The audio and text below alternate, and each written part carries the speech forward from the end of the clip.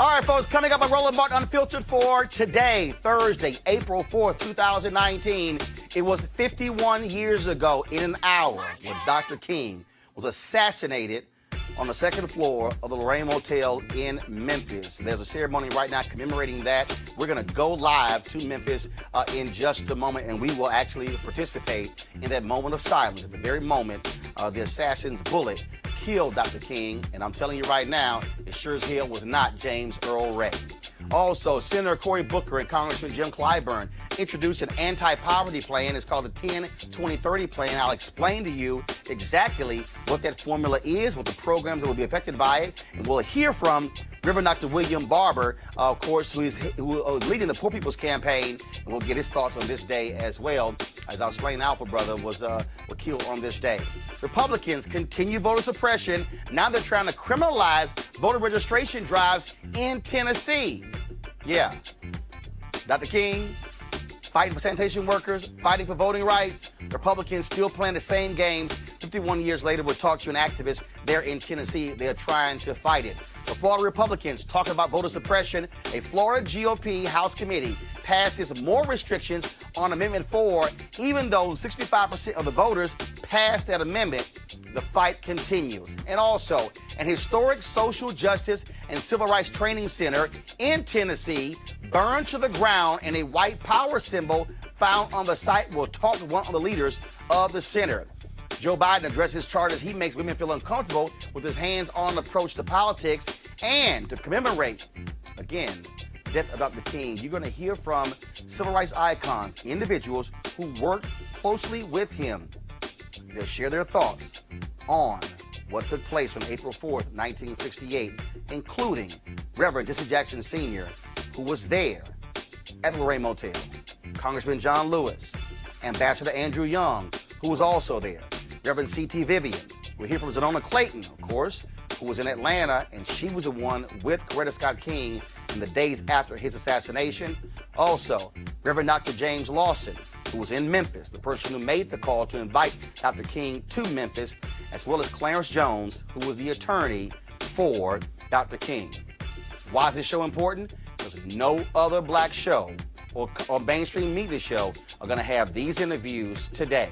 Also, we'll hear from the AFS-CME of the deaths of the 2 sanitation workers in Memphis, who actually, that's what led Dr. King to come to Memphis. Folks, we've got a packed show for you. It's time to bring the funk. I'm Roland Martin Unfiltered. Let's go.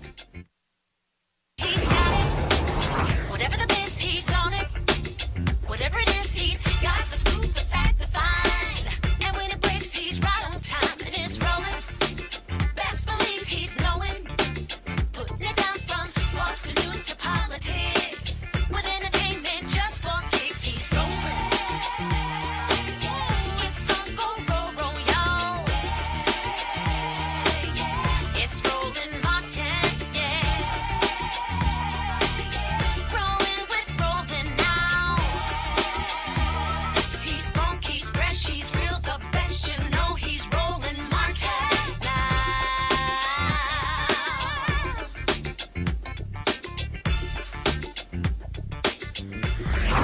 Martin. Folks, right here is a live look at the commemoration event taking place at the National Civil Rights Museum, formerly known as the Lorraine Motel, because it was 51 years ago on this day when Reverend Dr. Martin Luther King Jr. was assassinated on the second floor just outside of room 306 there in Memphis. This is the part of the program. Pull the audio up, please. This is the part of the program where Dr. King's fraternity, Alpha Phi Alpha, participates in this particular program. There are a number of speakers who will be speaking, and so we're going to actually hear from folks all throughout this show over the next hour. In addition, we will go live exactly at 7:01 p.m. And that's when the shot rang out in Memphis at 6:01 p.m. local time that killed Dr. King 51 years ago.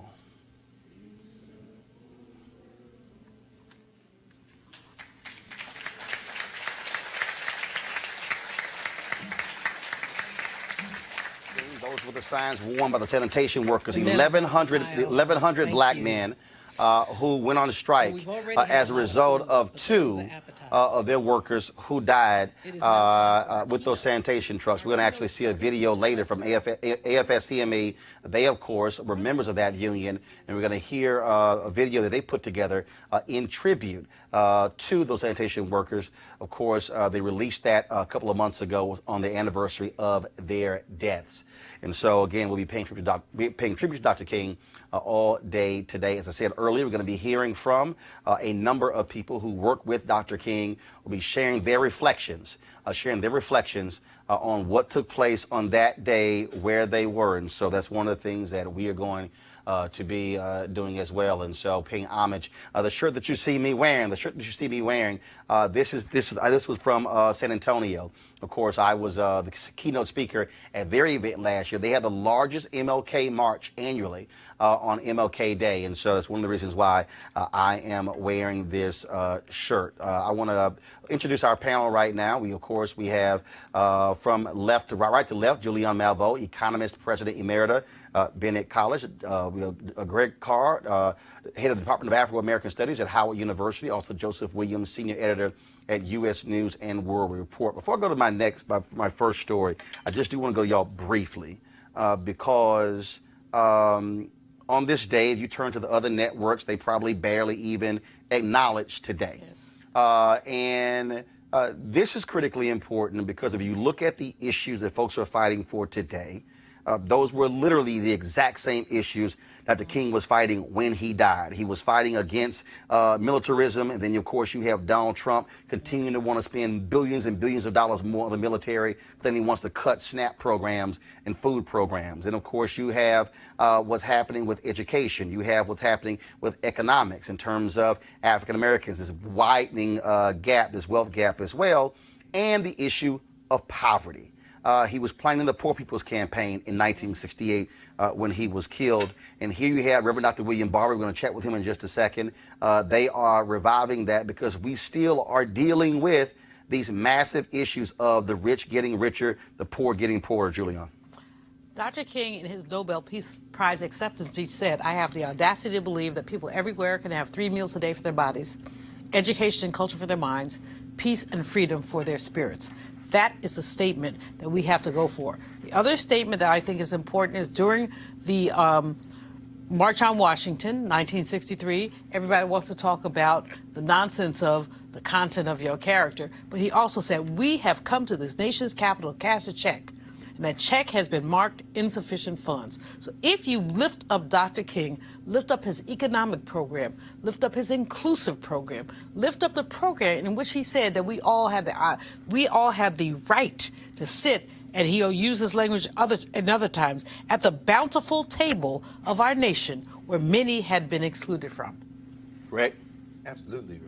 Roland, in many ways, the 51 years since Dr. King was assassinated have been, in this country, a direct response to that movement, a people's movement, led by black and brown people, led by African Americans, but including everyone. And when he touched the third rail of American politics and economy by dealing with the Poor People's March, the response has been virulent. He was assassinated, and in the 50 years since, we've seen an attempt to roll it all back. Here we are in 2019. From that second Reconstruction that Dr. King was at the center of, trying to fulfill the promise of the Civil War amendments of the first Reconstruction, Dr. Barber, as I say, our frat brother, dealing with this question of a third Reconstruction, Yes. because we are facing a country where Donald Trump has replaced Yes. 1/5 of the federal judiciary, where they're eviscerating the federal budget, and where we're going to have to now fight in the way that Dr. King predicted in his last book. Where do we go from here, chaos or community? Joseph. And basically, this day kind of resonates with me because my grandfather was a sanitation worker. And so those conditions were horrible back in 60s, Yes. even as late as the 70s and 80s.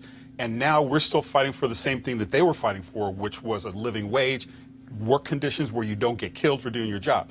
The other thing that kind of resonates with me about today is the fact that so many people believe that Martin Luther King is encapsulated in the "I Have a Dream" speech. But Yes, it was come on. the entire agenda that you were talking about.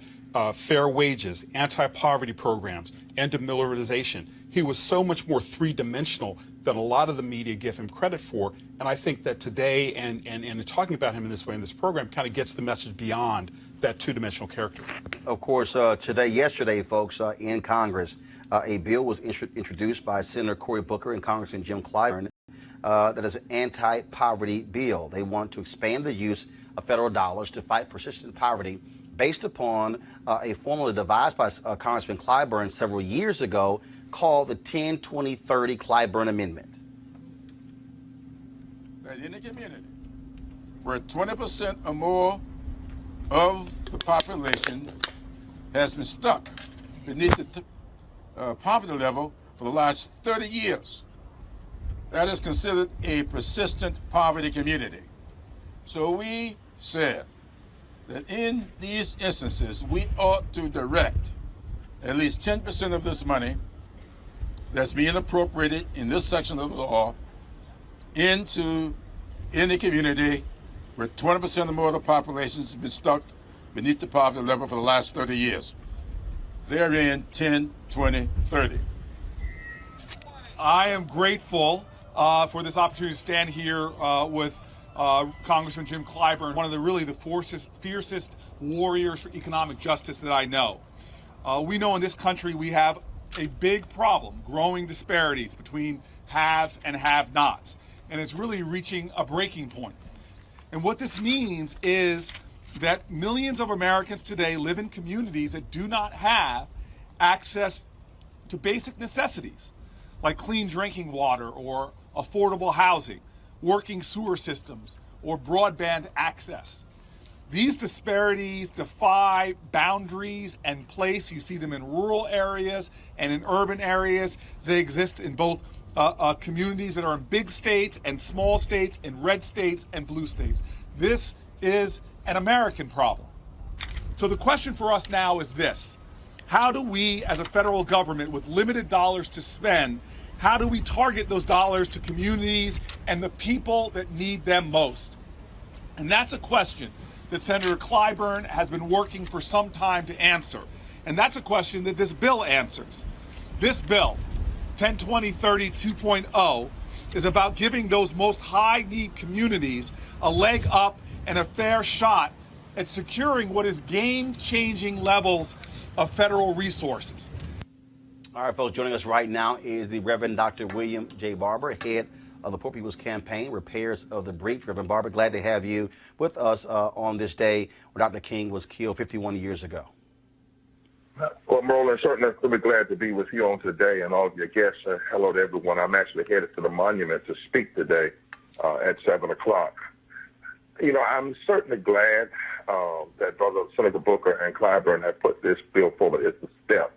It's proving that the Poor People's Campaign, a national call for a moral revival, is starting to push the narrative and starting to force these conversations back into the public consciousness. However, you know, it is a step. We're reading the bill because we really are in a moment that we also cannot just have Band-Aid approach. We have to have fundamental reconstruction change. We have 140 million people in this country that live in poverty and low wealth. That's 43.5% of our nation's population. We had a presidential election in 2016. We had debates, both Democrats and Republicans, and not one time did the one debate dedicate itself to something that 43.5% of the people face. Most of the conversation was about middle class and the wealthy. We have, 37 million people without health care, even with the Affordable Care Act. And there was a direct connection between voter suppression and racist gerrymandering and the rolling back of programs that would help the poor that, in fact, hurts mostly white people. There's 66 million poor white people in this country, 60 million, something like 20 million, almost 30 million black people, 40 million more white people in poverty, even though almost 60% of black people are in poverty and low wealth. So this bill is a step, but I am concerned. Number one, when we have to say to our Congress people, stop saying we have limited money. Right, and in fact, it was very interesting, Doc. Literally, when I heard that, I heard what's in the book at the moment he said that, it wasn't limited when Donald Trump had his trade tariffs and then all of a sudden found $12 billion instantly for those farmers. When they get $700 billion more in defense, and I can go on and on and on. When it was, but it's real quick to find multiple billions, but then all of a sudden, now it's limited. Right, and that's what Dr. King. That's why he connected racism, poverty, militarism. First of all, the racism, particularly something like voter suppression, allows persons to get elected who then are anti all of the programs that would lift the poor. Number two, poverty, he wanted to broaden it so that we see it was affecting everybody, because oftentimes the language of poverty is used as code word to mean black and brown and lazy and people that are just getting free stuff. But he also added militarism, because right now, 53 cents of every dollar we spend discretionary goes toward the military. Almost $800 billion, 800. That is the resources that go into the military. If you're not willing to address that and not willing to address that we are putting only 15 cents into issues that in the areas that would help the poor and lift people up in education, but 53 cents, and by the time Donald Trump gets finished, it's going to be 62 cents.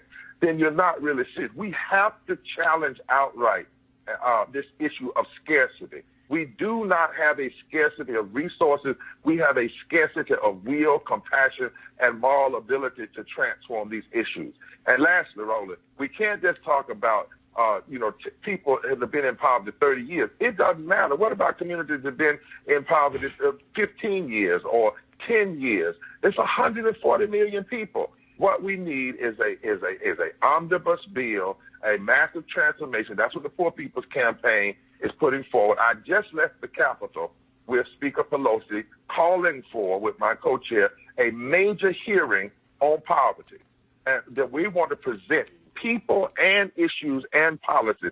Got to talk about living wages. Got to talk about guaranteed income for the poor. Got to talk about health care for everybody. Got to talk about this money, too much money going into militarism. Got to talk about environmental justice. It cannot be one thing. But this is a good step to at least get the conversation.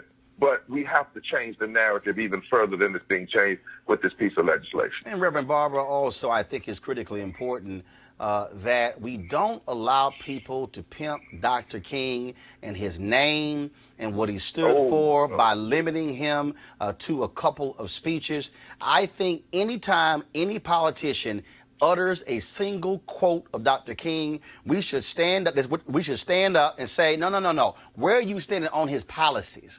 Where are you standing on how he lived? See, that's why I've been, for the last 5 years, everywhere I go in this country, I've been telling folks they need to buy his book, Where Do We Go From Here, Chaos or Community, exactly. Because he literally laid this whole thing out in his own words, and there's no shock. It was first his worst-selling book of his life, and this book wasn't published for 10 years after his death. There was a reason for that. Exactly, and that's why in the Poor People's Campaign, following his lead, we've created something called the Souls of Poor Folk Auditing America 50 Years After, that gives the stats and also the policies. That's why we got 40 coordinating committees now, 41 states, including the District of Columbia. That's why today, 2 weeks ago, we started massive bus tours across this country with the media in tow. We're getting ready to have a Poor People's Moral Action Congress in June. We're going to continue to ramp up our nonviolent direct action around these issues. This is not a game, Mark. Dr. King said last night would have been the night he preached his last sermon. And let's be real. After 67, civil rights organizations left him. Yep. Unions left him. Churches left him. They walked away from him when he put these three theses out there. And people have been trying to kind of play around that legacy ever since.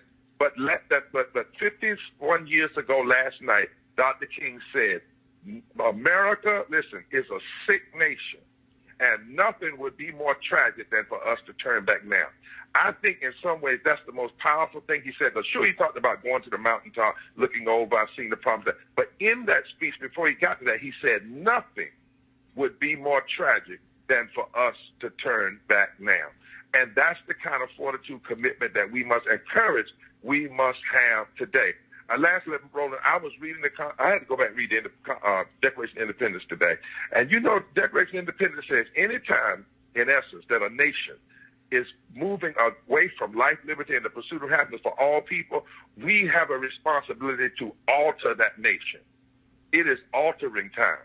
It is time for us to alter the direction of this nation, because 43.5% of this nation live every day in poverty and low wealth in the richest nation in the country. And as Jesus said about the fig tree, it's a damn shame. Joseph. So, Dr. Barber, nice to talk to you. I have two questions. The first is, your Moral Mondays were really impressive in that you got a multiracial coalition going to the state capitol, protesting a range of issues, not just poverty. I want to know, number one, how are you able to connect that with Trump voters, and are you able to convince rural white Americans that these things that happen in the cities are both connected to them and are in their best interests? And the second is, are you able to tie this sort of a movement to voting? Talk about how you're able to do that. Yeah. Well, number one, on your first question, we've gone from eastern Kentucky, to Alabama. We've gone from West Virginia up in the coal mines with white people down to Mississippi. Our coalition with the Poor People's Campaign, a national call for a moral revival, is every race, color, creed, sexuality in this country.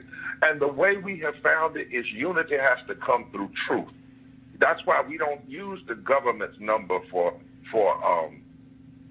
poverty. That's why we don't say there's a scarcity, because we know the history. That was Lee Atwater's fourth pillar of the Southern strategy, to use tax cuts as a form of racial code word.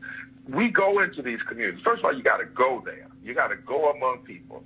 And then when we go there, we actually show them the connection between voter suppression and who gets elected. And the sad and ugly truth is the people that use racialized voter suppression to get elected, when they pass policy, they hurt mostly white people. We showed them the connection between that and poverty and that and the lack of living wages. Like all the southern states, for instance, are the highest in voter suppression, the lowest in wages, the lowest in insurance coverage, the greatest in the attack on immigrants. We believe in our campaign, as Dr. King did, that people can handle the truth. And in fact, they need the truth. And the reason why we frame it as a moral movement, even now, is because that left-right language is too punitive. That's why we had 6 weeks of direct action last spring. And we're not finished with that, to push these issues forward. Now, on the voting piece, we know for a fact that the so-called Republicans, I call them extremists, developed a strategy that's how they could control the government without having a majority. And that would be through voter suppression and racialized gerrymandering. But we also know that Democrats have refused to go organize in the South at the very time that the South is fundamentally open for change, because now it's 40% people of color. And if we organized in the South and brought poor and progressive whites into the fold along with brown people, we could change 4 or 5 southern states tomorrow, and you only need to change about 2 or 3 to change the whole climate of politics in America. And so what we're doing is we're registering people for the movement who will vote with a certain politicization. And that's why we're doing these movements and growing our bus tours and hearings and other things all across this country. And that is why we talk about 5 interlocking injustices. If you want a third Reconstruction, you have to address systemic racism, systemic poverty, ecological devastation, the war economy and militarism, and the false moral narrative of Christian evangelism and Christian nationalism, all together. They are interlocking injustices that you can't separate. You have to address them together. Greg? Good evening, Rev Barber. I always enjoy talking to you, brother. 2 very quick questions. Number one, we know Donald Trump has already replaced a fifth of the federal judiciary. We know the wars that you've waged in North Carolina and beyond. I think about something Dr. King said, Harry Belafonte, and Belafonte has said many times, including in interviews with our brother Roland. I fear I'm integrating my people into a burning house. How do we address the ultimate strategy of white nationalists like Mitch McConnell to basically say, if we can get the judiciary, we will ride this until the wheels fall off? And then the other question, just a broad question, since this is a moral movement, and since Dr. King was a prophetic voice, not a politician, do we in fact envision a future where it may not be that there is a United States of America, and if the country must be sacrificed and ultimately for the people to advance, what might it look like if we just even think that even the U.S. is not our goal? Ultimately, truth is our goal.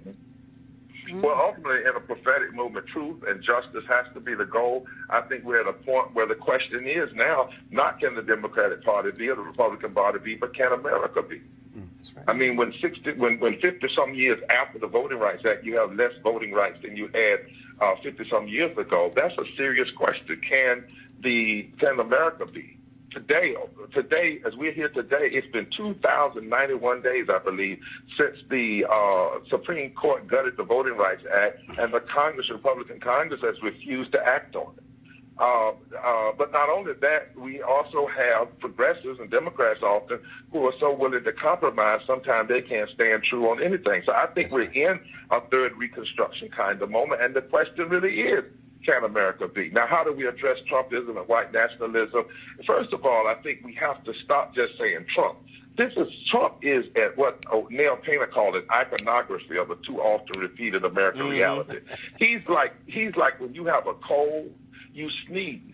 What comes out your nose ain't the cold, ain't the problem. It's the symptom of the problem. You got to go deeper in the system. So the ground was laid for Trump in 2010 when 26 states passed voter suppression. We have to target the enablers. He couldn't do a thing if McConnell and them didn't go to nuclear options when it comes to the courts. And that is why we must build state-based movements from the bottom up. It's nationalizing state movements, not just having a national movement from the top down, which is what we're trying to do in this campaign. But I think we have to fight for the soul of this nation because too many of our foreparents fought for it and died for it. And I'm not willing to just let something go that my grandmama bled for or my father or my grandfather bled for. But I do think we are really in a fight for whether or not America can be. And that is why we have to have a prophetic, long-term moral movement that's intersectional, intergenerational, interracial, intergender, intersectional, all of those things that will stay at this. Because right now, the narrative is so narrow. That's why I love what Roland is doing on this show, because right now in most of the media, the narrative is so left, right, conservative, liberal. It's so shallow, it's puny, it's anemic.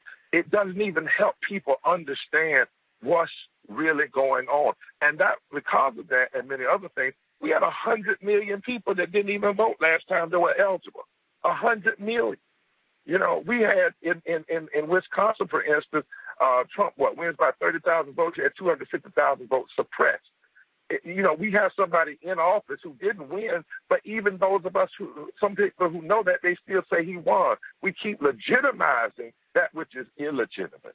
And I think the time has come that we have to stop merely having a resistance, but having an offensive and begin to move and fight for the heart and soul of this country. Not just for a party, not just for a president, but literally for the reality and existence of this country, insofar as what it has promised, but it has never fulfilled yet, but we can't give up on either. Last question, Julianne Evo.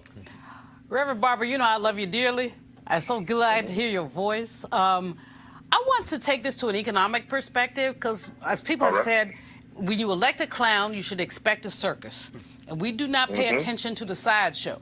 Part of the sideshow are the appointments that are being made, like the Federal Reserve Bank. The Fed has the opportunity to do things with the interest rate. Now he's got some clown more that he wants to appoint. And also Herbert Kane, he's lifted his name. He doesn't know the Fed from a hole in the wall. And I'm cleaning it up because I'm talking to you. You know that. I always clean up when I talk to you. So, but Rev, how can we activists begin to deal with the Fed and with what the Federal Reserve Bank does and how that affects the terms and conditions of our everyday life? Well, I think the first thing is you raised from an economic standpoint. We have to begin to really drill down on these economic issues and really teach what is going on. So much is not known. Sometimes I go to places and now folk are talking about stuff, and sometimes I don't want to say it's trivial, but it is. When you live in a nation, Julianne, where 62 million people make less than a living wage. Yes. And we are arresting people who fight for 15 and a union. But 400 families make an average of $97,000 an hour in a democracy. When we look at the fact, and this is a framework that I think Roland and I talked about, this $1 trillion tax cut was not just a tax cut for the wealthy. It was that. But it also was the largest transfer of money from the back of working people since slavery. In fact, one way you can look at it, more money was transferred in that tax cut to the wealthy than was transferred through slavery. And nobody mentioned that. Nobody talked about the budget that as a racist, transfer of wealth, as well as a class problem.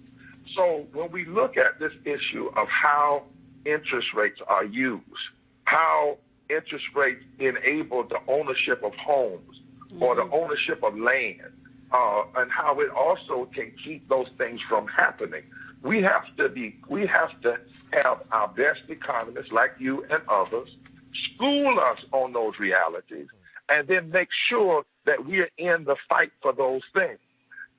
We cannot just be in the fight, say, for what is deemed civil rights, like voting rights. We have to be engaged in the monetary and fiscal policies of this nation. And let's be clear. Racism, genocide, and slavery was always about money and the interest rate. Jim Crow was always about money and the interest rate, who got what, when, where, and how, and the fiscal policies of this nation. There's a book now that says we've made the mistake of thinking that the ignorance about race came first. The author says no. The decision to use people for economic growth, even if it was in an inhumane and immoral way, came first. Then the cultural racism to justify it came second. I like to say, once folks decided you needed a certain people that you could make money off of and benefit the country without them getting any benefit, you had to have, then you had to develop a system of bad biology, that their color, their skin determined the size of their brain, sick sociology that couldn't be around other people, evil economics, the end means justifies the end, and then you had to have what I call heretical ontology, and that is that God meant it to be this way. And so, Julianne, I think, and I'm going to put this back on Roland and all of you all, I think you and some others and our best economists ought to do several shows. We'll get everybody we can. I think ought to do a traveling circuit on it, on what's really happened with monetary and fiscal policy. Because we could end up with this, Roland. This scares me more than anything. Right. We could end up with a majority black, brown, and progressive white electorate that elects progressive folk to a broke bank country. That's right. Ooh. They could have stolen everything, That's and right. then you end up handing the power. Similar to what happened in South Africa. Yep. Right? Similar to what happened in South Africa. Yes. You end up getting the political power, but before you get it, they steal everything from it, rob the bank, transfer the wealth in such a way that you then have the mechanisms of government, but you don't have the money to make the mechanisms work. Reverend Dr. William J. Barber, you're going to be live. You're going to be at the monument here in D.C.? Yes, sir. Okay. Yes, sir. All Be right. there just a minute. All right, brother. I certainly appreciate it. Thank Call you very me. much for joining us. And, folks, this is, again, you heard Reverend Barber say it, but this is also no other show is having this discussion on this day, which is why I created this, because we got to be able to control our own narrative. Reverend Barber, I appreciate it. Thanks a lot. Bless your heart. All right. Bye, boo. Folks, again, this is, again, when you look at these issues, this is what we're dealing with. I want to now go to Florida, of course. We talk about the issue of voting. When you talk about voting and economics, well, a House committee there on a party line vote approved a measure to require fines and costs to be paid by folks who were formerly incarcerated. It's been called by supporters of Amendment 4 a modern-day poll tax. In fact, I was tweeting earlier, one woman, a white woman, said that she owed $57,000 in fines, and she felt that it was wrong to impose that. Now, remember, Amendment 4 passed by 65% on Election Day in November. I kept telling y'all. I told Desmond Meade this, and I told his wife Sheena Meade this. They were the ones who led the coalition to restore the voting rights. I said, do not trust Republicans in Florida, because they were not going to be silent with 1.4 million people getting the right to vote. 1.4 million people in one fell swoop in November was the largest, listen to me carefully, y'all, this was the largest influx of new voters since the Voting Rights Act in 1965. So that y'all actually think Republicans in Florida were going to allow 1.4 million white, black, Latino, Asian, Native American folks to be eligible to vote in local elections in 2019 and in 2020? Hell to the no. No. To the no, to the no. Governor Ron DeSantis has yet to weigh in as to whether or not he is going to veto this if it passes the legislature. And let me also unpack this, because you heard Reverend Barber talk about gerrymandering. Republicans in control of legislatures. They, many of them after 2010, when a whole lot of us stayed the hell at home, they picked up 16 legislatures, flipped across the state. Republicans ended up having 31 governor's mansions. They began to gerrymander seats, guaranteeing them majorities. They have a supermajority in Florida, meaning they can pass whatever they want. Democrats don't even matter. Now, if 1.4 million people now get the right to vote, and then they register, then they vote, Republicans could very well lose in many of those places. What does that then mean? They can't now gerrymander. Census is in 2020. That's typically when lines are redrawn. But see, folks sitting here acting like, oh, this is no big deal. No. They are going to fight to the end in order to guarantee they have power. Joseph, when I won NABJ's Journalist of the Year in 2013, it was because of our coverage of voter suppression. I keep trying to explain to people that they can't act like, even with these candidates running on the Democratic side, well, it's no big deal, this is nothing. This is Greg mentioned it earlier, Donald Trump has appointed 22% of all appellate federal judges. And counting, because they recently changed the rules, so they put the judges on an assembly line. So if you're in Florida and you file a lawsuit in federal court, you will be heard by a judge, largely a Republican judge. All this stuff is connected. It matters. If we're talking about, Rev Barber was talking about how they will empower themselves and steal the treasury and change it's American apartheid, and it's happening in slow motion, and it's happening right now. That's part of the issue, is that 2010, the dividends for Republicans that they got in 2010, they're still paying off. They're still paying off because they managed to gerrymander, and although there was the great blue wave that happened in 2018, it still ran up against a pretty tough Republican red wall, a wall that was not crushed.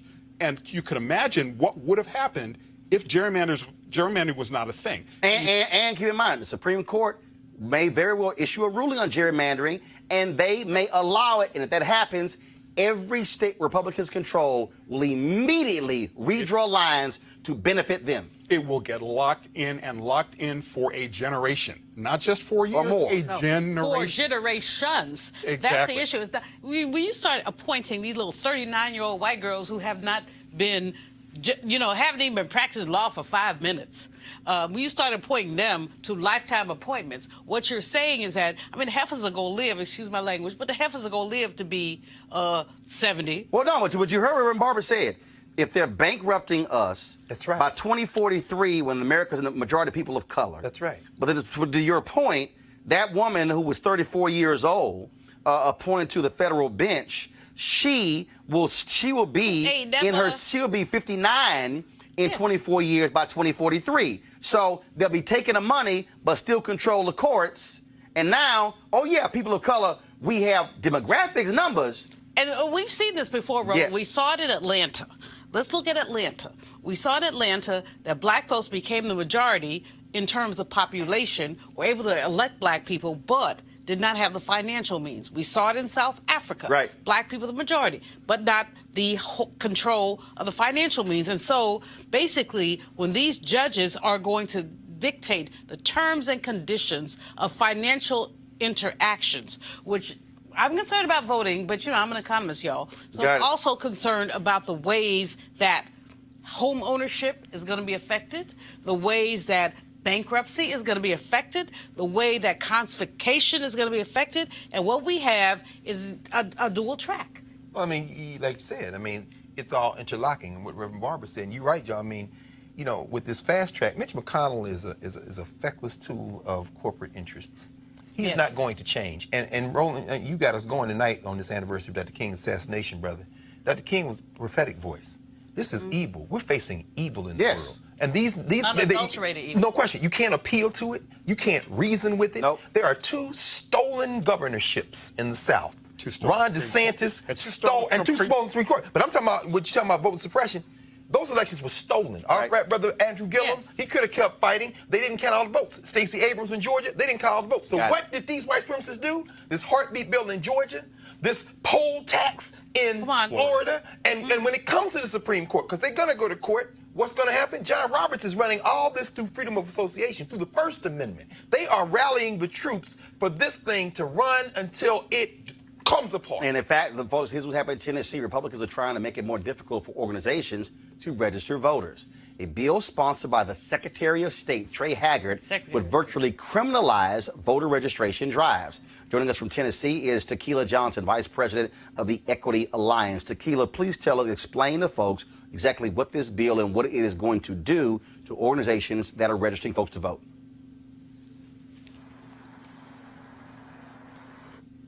Tequila, are you there? Oh, hi. Yes. So explain to us, you're live, explain to us what this bill will do for organizations that are registering people to vote. So right now in the state of Tennessee, our Secretary of State, Trey Haggard, has proposed a bill that's essentially going to penalize organizations for conducting massive voter registration fraud. Okay, explain that. How would it be penalized? All right, guys, go right ahead. Go ahead. Give me one moment. I'm sorry. I'm trying to get back to my car. All right, so I'm out here on the ground organizing right now. All right, so let's do this here. I'm going to put you on hold, and I'm going to come back. I'm going to come back to you, and I want to go to our guest from Highland, Tennessee. Folks, the Highlander Research and Education Center, located 30 minutes east of Knoxville, Tennessee, has been providing training for social justice organizations since the 1930s. It has trained the Reverend Dr. Martin Luther King Jr., Rosa Parks, the Reverend Ralph Abernathy, and others. Well, the other day, it burned to the ground, and a white power symbol was found on the site. Joining us now is Ashley Woodard Henderson, co-director of the Highlander Research and Education Center. Ashley, what is the latest on this arson? Hey, good evening, Roland. Thank you for having me on. And hello to all our comrades that are watching the show. So just to be clear, one building on our nearly 200-acre facility burned down, our main office.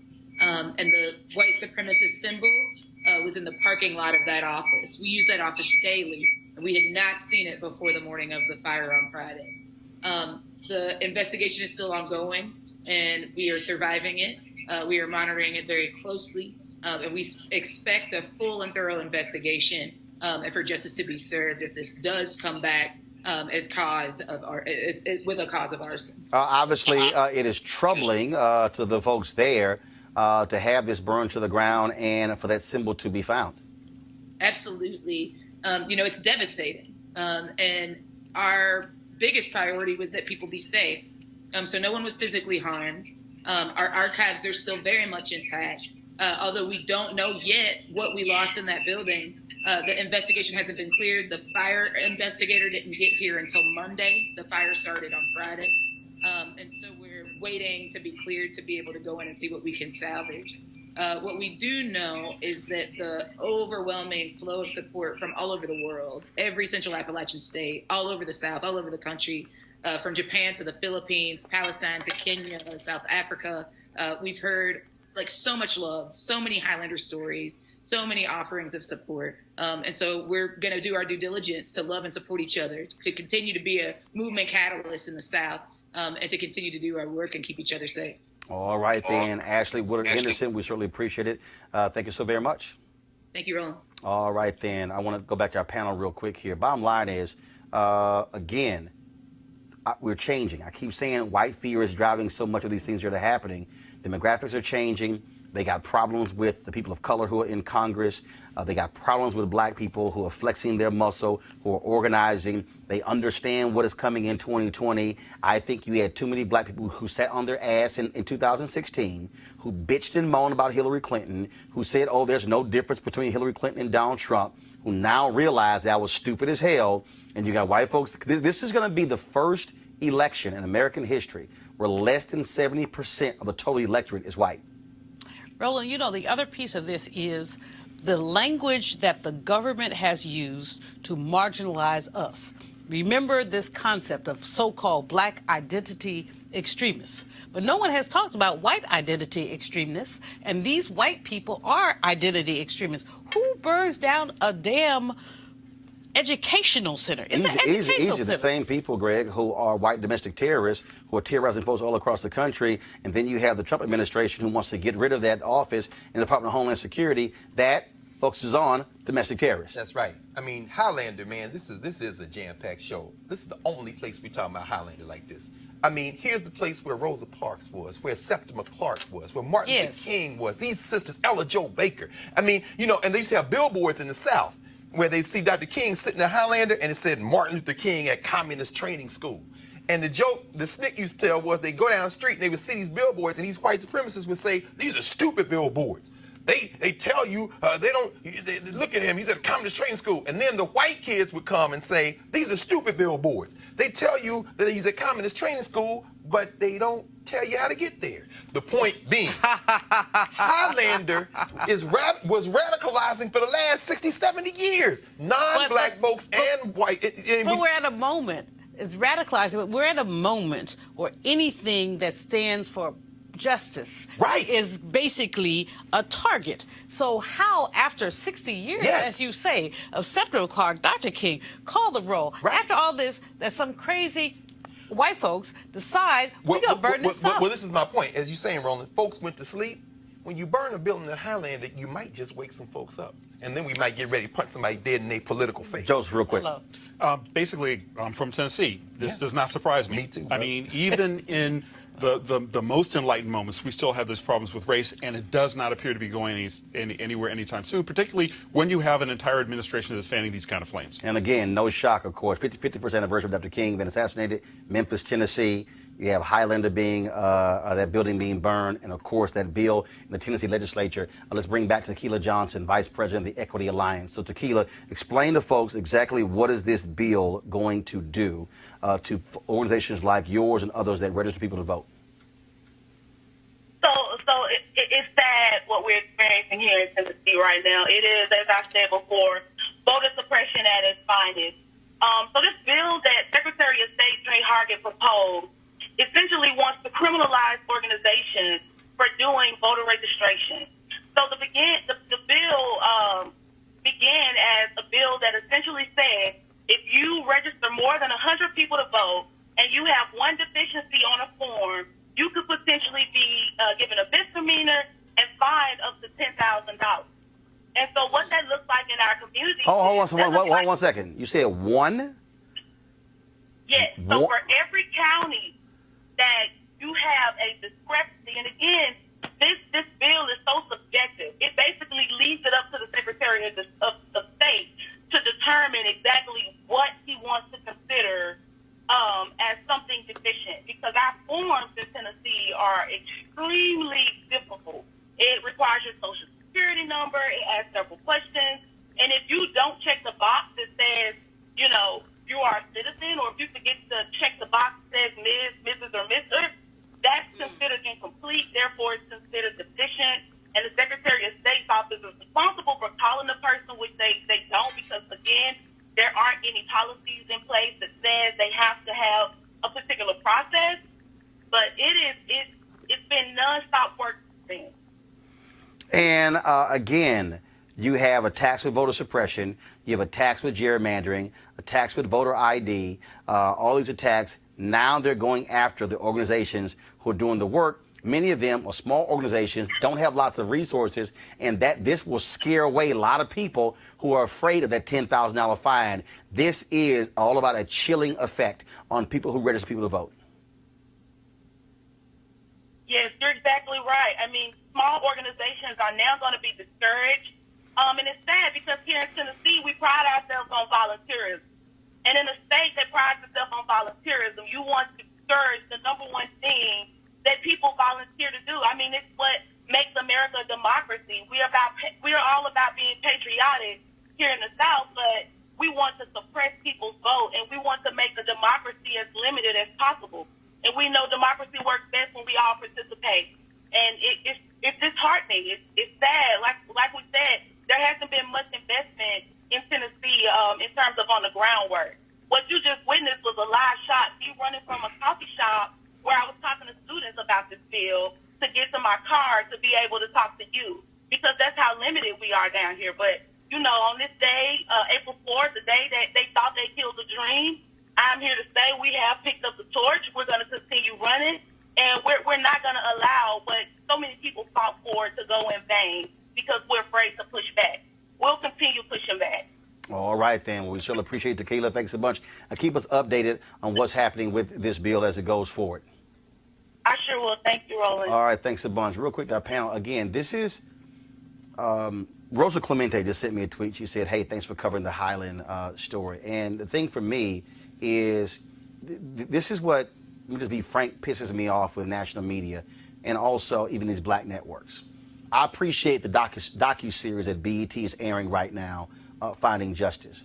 My problem is you do a 6-week docu-series on stuff that's been happening in the last 3, 4, 5 years, but you have no show, at least even a weekly show, to keep people abreast of what's happening today. That's right. And what's going to happen, stories like this, national media they'll get around to this story next year when the registering saying, oh my God, look what they're doing in Tennessee, because they're not covering what's happening right now. And in trying to get our people to understand why we have to have our own platforms, because we should be mobilizing folks right now, helping Tequila when it comes to what they're doing right there. And not just black folks. That's also white folks who are registering. That's elderly people. That's young people. And it bothers me, again, we fall for this okie doke with these national media outlets who don't give a damn about stuff like this here until it rises to a national battle, if there's a fight or something along those lines, when they are swinging right now. Roland, you know, history belongs to he or she who holds the pen, he or she who tells the story. This is why I appreciate you, because you've made a commitment to tell the story. These are stories that aren't coming out, as you say, on the majority media. And so they come out through the Roland Martin show, through other places. But here's the point.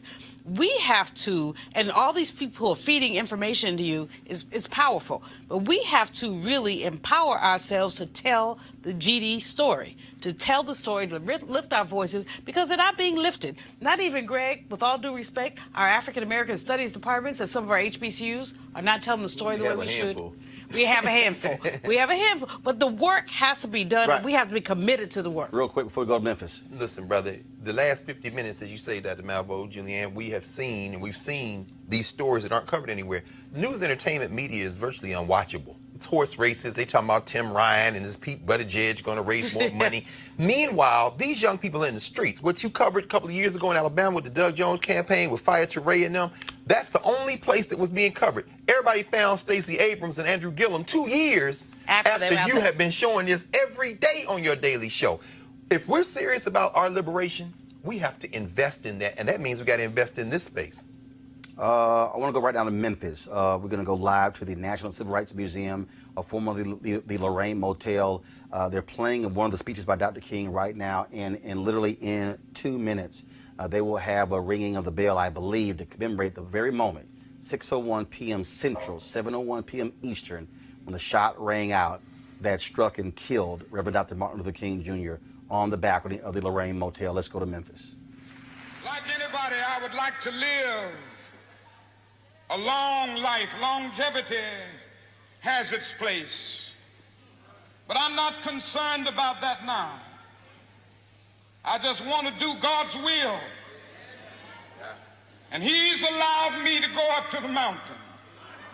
And I've looked over and I've seen the promised land. I may not get there with you, but I want you to know tonight that we as a people will get to the promised land.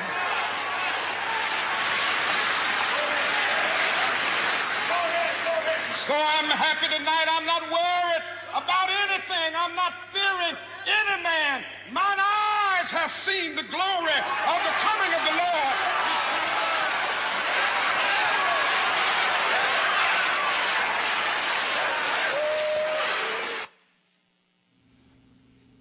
Man, how he starts. Friends, it is 6 p.m. and we would ask that we take a moment of silence to get beyond 6:01.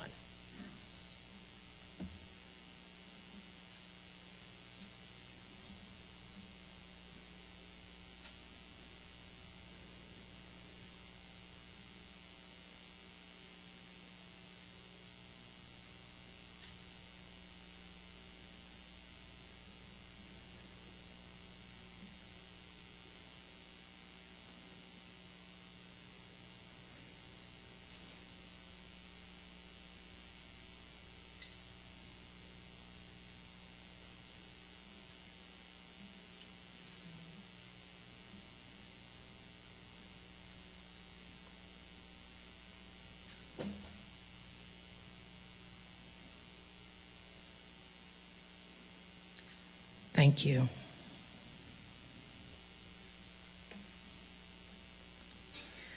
If you leave this place today with nothing more, I ask that you commit to doing something. something that promotes justice, freedom, equality, and simply love for humankind. We really need to help this nation become the beloved community in which all people can share in the wealth of this earth. That's all that Dr. King was asking. I thank you for joining us today. I'd like to now invite you all to go out in the courtyard as Professor Safi and I, Reverend Lawson, Reverend Jackson, you are welcome to join us to lay the new wreath. Thank you.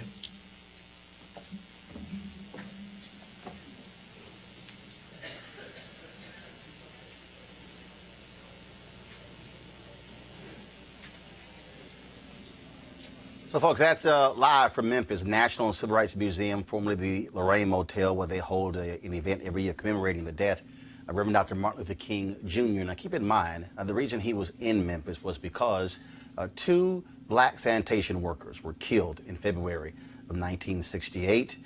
They were part of the AFSCME labor union. A couple of months ago, they released this video commemorating the deaths of those 2 men. Many of us don't even know their names. They're Echo Cole and Robert Walker. Well, it has been 50 years today since 2 Memphis sanitation workers were killed. In remembrance of those men and the launch of the sanitation strike, the Washington Post is reporting elected leaders from more than 70 cities are going to be observing a moment of silence this afternoon. A ceremony is being held in Albuquerque, New Mexico. South Florida sanitation workers paying a touching tribute. Here in Dayton, a moment of silence was also held. Cincinnati leaders and public service workers took part in the national event. Here in San Diego today to honor Echo Cole and Robert Walker. So you saw the signs in that video, I Am a Man, and last year AFSCME launched their I Am campaign focused, tied to MLK 50, and it was actually a multi-year effort. This was a commentary that Lee Saunders, who you just heard, the president of AFSCME, they also are a partner. They were actually the first, it's important, they were the first partner for this show. When we launched. And this was the commentary they put together to explain their I Am campaign. Thanks, Roland. It's an honor to contribute to Unfiltered and to launch this partnership with you. I look forward to being with you every few weeks, offering my perspective about current issues.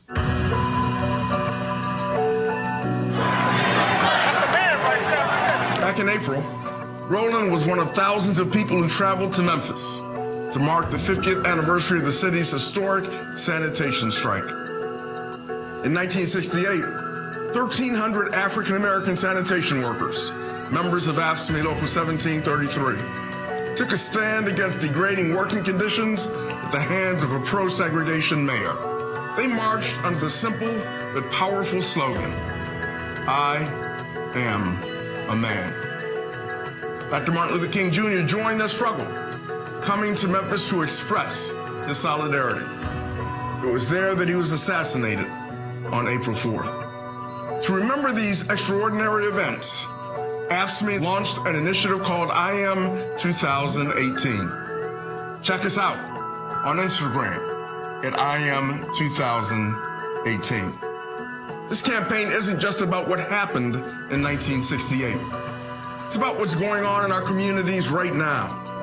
It's about the injustices and opportunity gaps we still face today. I Am 2018 isn't just a commemoration. It's a call to action. A call to action to keep fighting for civil rights, workers' rights, and basic human rights. A call to action to get involved online and in your communities. A call to action to fight for change, block by block, tweet by tweet.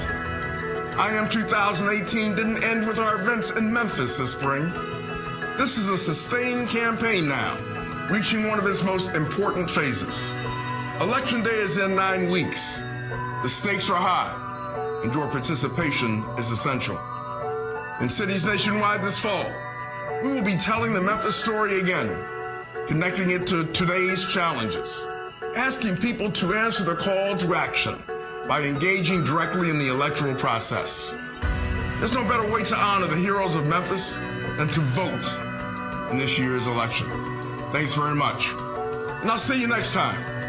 Don't forget to follow us on Instagram at IAM2018.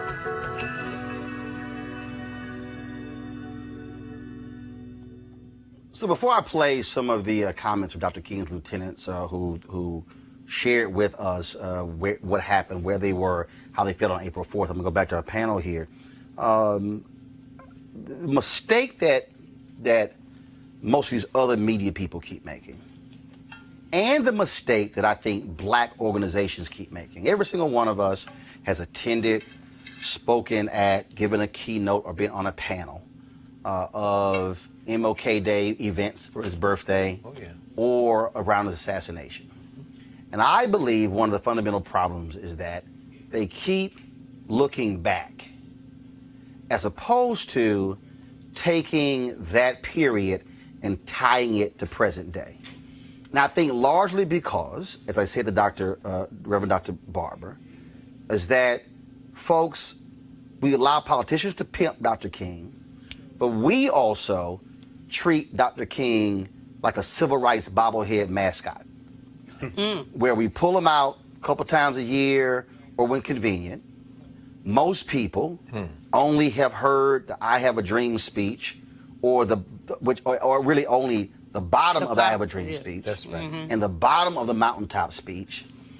They haven't actually read the books he wrote, haven't actually looked at, again, going beyond those two speeches, to understand how do you make what he said and was doing then relevant today. And that, to me, I think is the constant mistake, which is why we have black people who are walking around who only can say content of character and I have a dream, or I've been to the mountaintop, I've seen the promised land. I may not get that with you, but these people get that together. And I'm like, yeah, but if you don't understand in that mountaintop speech on April 3rd, 1968, where he talked about boycotts of banks, where he talked about putting money in a black bank, where he talked about don't shop or do business where they won't hire you, that's the same thing today. Well, you know, Roland, first of all, going back, and again, high props, brilliance, going back to look at the I Am a Man, the two brothers who died because the garbage trucks that they were working on had deficient equipment. They were forced to jump down to compact the garbage. But also because they could not go inside where the white workers were. Well, that's another piece of it. But first, they jumped down, had to compact the trash. Legs were amputated. 1, 2, getting paid 90 cents an hour less than the white people were getting paid. And because I talked to their sons last year in Memphis, and when it rained, they sent the black workers home unpaid. And the white people, if the rain stopped, they didn't call the black workers to come back.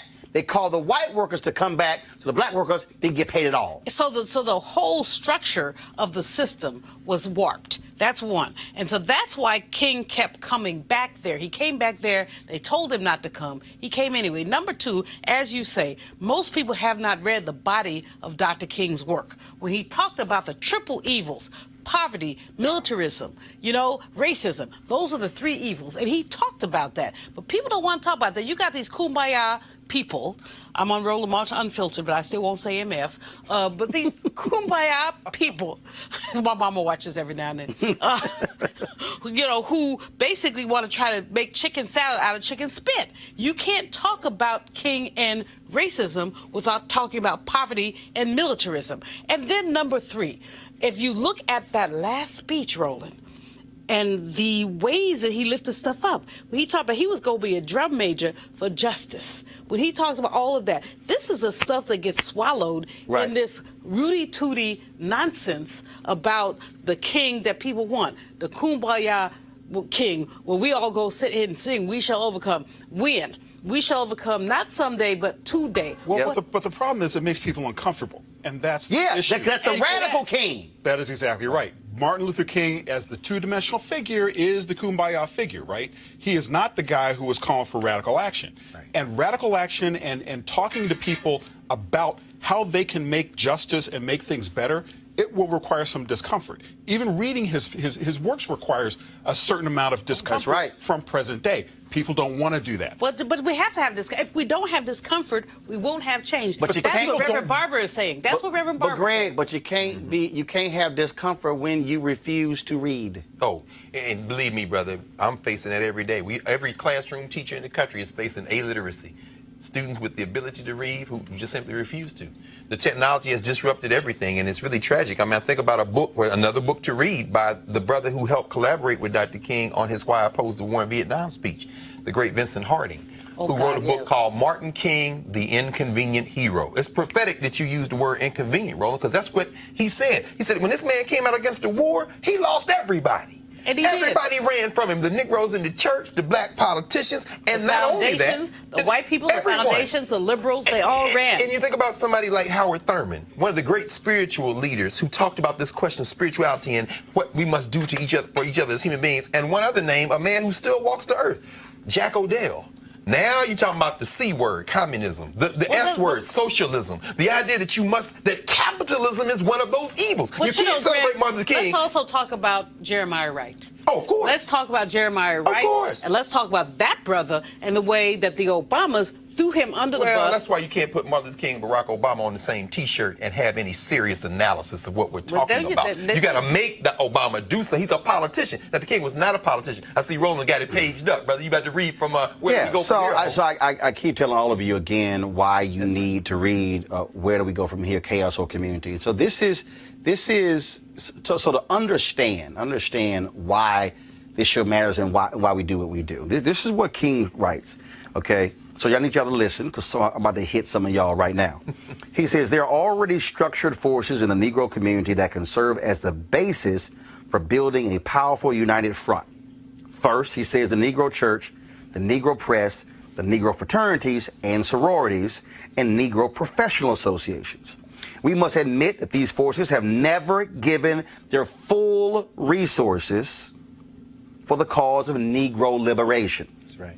There are still too many Negro churches that are so absorbed in a future good over yonder that they condition their members to adjust to the present evils over here.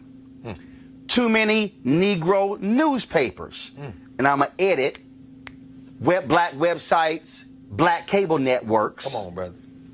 They have veered away from their traditional role as protest organs agitating for social change and have turned to the sensational and the conservative in place of the substantive and militant. He said militant.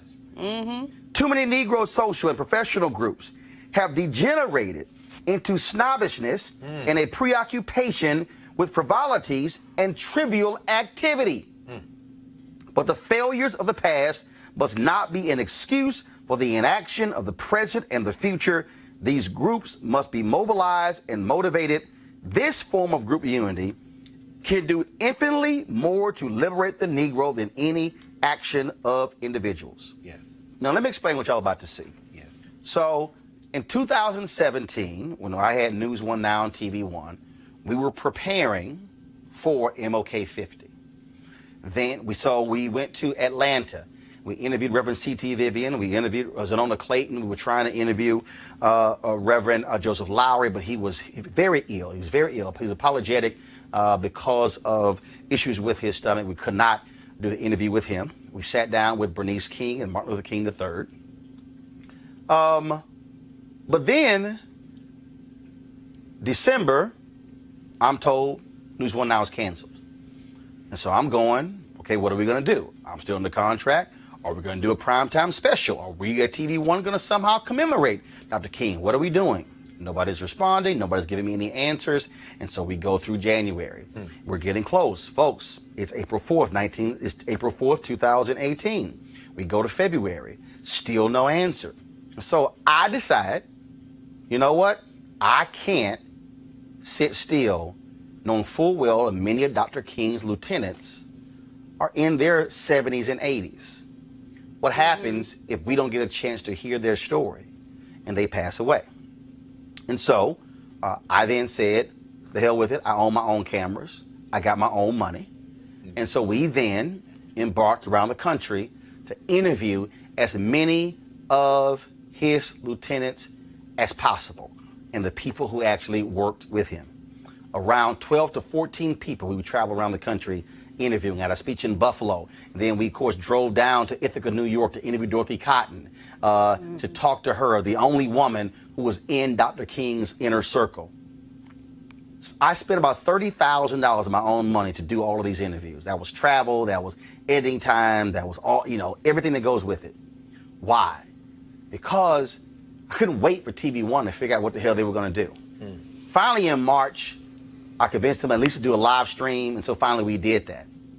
But had we waited, most of the interviews you would see right now, we would have never gotten. Why is that important? We had the last sit-down interview with Dorothy Cotton in February of 2018. Her last words to me, "I'll see you in Memphis in 2 months." Her doctors would not let her go to Memphis. She died in May of 2018. Had we not done the interview, we would have never heard from Dorothy Cotton. And so what you're about to see is a collection of the interviews that we did with different individuals who knew Dr. King well, who worked with him, who shared with us where they were and what they experienced on this day 51 years ago. He said, "Doc, pow." And somebody said, "Get low, because it was a hit." And we didn't know what the hit was, going to be spraying bullets. So I was on the ground, and the Rev was in the room. I think Bernard must have been downstairs. Rev, Billy Kyles was about so far, turning to go down the steps. And there's a picture of Andy, Billy Kyles, and some of them just for, and they later pointing that way. And that pointing is that the bullet didn't come from that way, because he's on the ground. It came from that way. So we tell the police who had their guns drawn, go the way the bullet came from. The bullet came from that way. That's that picture. Mr. Withers, the photographer, he was there. Ernest Withers. And he scooped a couple of jars of blood, tried to give me one and Ralph one. I couldn't touch that blood. I remember Ralph coming back. My son, my brother been shot. I'm his dearest friend. Ralph, Martin, hold on, we need you. Hold on. But Doc was gone at that point, And so I just got up and wrapped myself off, and I was standing next door, the room next door. I called Mrs. King. She was in the bed. She said, "Jess, how you doing?" I said, "I'm doing this fine." I said, "Mrs. King, I couldn't quite get my mouth together." I said, "I'm reading." I said, "Doc been shot, I think, in the shoulder." I knew better. I couldn't say what I had just seen. They want to check up in that way. I said, "But you should try to go and see him if you can." She said, "I'll be there momentarily." She got up out the bed. And apparently, for 7-8 minutes, someone called, the press, to say he was dead. Man, bedlam broke out. The fires around the country. But what excited me the most was, I think it was Reverend Joe Lyre that said, "We can't let one bullet kill a movement." Billy Kyles knocks on the door and said, "My wife is cooking dinner for y'all, and she's waiting, and she's got it all set up on the table." And so he said, "Well, let me go put on my shirt and tie." And he went upstairs and put on his coat, shirt and tie, and he'd just come out, and I said, "Look, it's still cool, you better get your top coat." And it was almost as though he was saying, "I don't need a coat," and he sort of raised his head like he was testing the weather, and then shot rang out. I thought it was a firecracker, a car backfiring. I never thought of it as a gun until I looked up and I saw that his shoes were sticking in the iron railing. And I ran up and realized that the bullet had knocked him out of his shoes and had severed his spinal cord. And he probably didn't even hear it or feel it, And my first thought was, damn, you're going to heaven and leaving us in hell. You can't do that. mean, we got to go with you. You can't go and leave us here in all this mess. This is your mess. And now you going on to glory. So it's 6:01 p.m. on April 4th. Where are you? I don't know. 6:01 p.m. on April 4th, 1968. Oh, you mean when Martin was shot? Were you in Chicago? Yeah. No. Yeah, I was. When he was shot. Yeah. Yeah, I was, and I was when I was coming back to our apartment, and they kept saying on the radio, Martin King is shot, and then finally they said he is dead. I was in Indianapolis, Indiana, campaigning with Robert Kennedy, working toward his nomination, the Democratic nomination for president. And when I heard that Dr. King had been shot, I didn't know his condition. When Robert Kennedy came to speak, he said, we have some sad news tonight, that Martin Luther King Jr. had been assassinated in Memphis, Tennessee. When the audience heard the message, I heard it at the same time, and I cried. When Dr. King was assassinated, I said, well, we still have Bobby. In less than 2.5 months, he was gone. And I think something died in America with the death of Dr. King and Bobby Kennedy. April 4th, 1968, I was in my office in Wall Street, and I was leaving early because I was preparing to go down to Memphis, Tennessee. I had already talked to Martin earlier and to Bernard Lee and Andy about the logistics, about I want to be sure that you're going to have somebody meet me at the airport so you can take me directly to the place where he was speaking, okay? So I'm rushing to go to the airport. And the phone rings, and I said, I don't answer the phone. Then something said, I don't know. I said, answer the phone. So I picked up the phone, and it's Harry Belafonte. I said, Harry, I can't talk to you. I'm rushing to the airport. I'm going down to see Martin now. He said, you got your television? I said, no. I said, rushing there. He says, Martin's been shot. I said, what? So I turned on the television. And there, that's all it is. Martin Luther King Jr.'s been shot, you know. I get on the phone. I can't reach anybody. All the lines are busy. I can't reach Billy Kyles. I can't reach anybody. Can't reach Bernard. Can't reach anybody. Can't reach anybody. Me. And I'm trying to decide what to do. And the phone rings again. You know, I wasn't even paying to the television. The television's in another room, and I'm trying to get through on the phone. Harry Belafonte, he says, Martin's dead.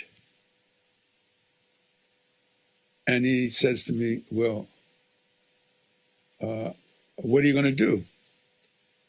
And I said, well, what do you think I should do? He said, I don't think you should. Harry says, I don't think you should go. I said, we should get some more information. I don't think you should go. So I hang up the phone. And the very first thing that came into my mind was, they finally got him. They finally got him. Sometime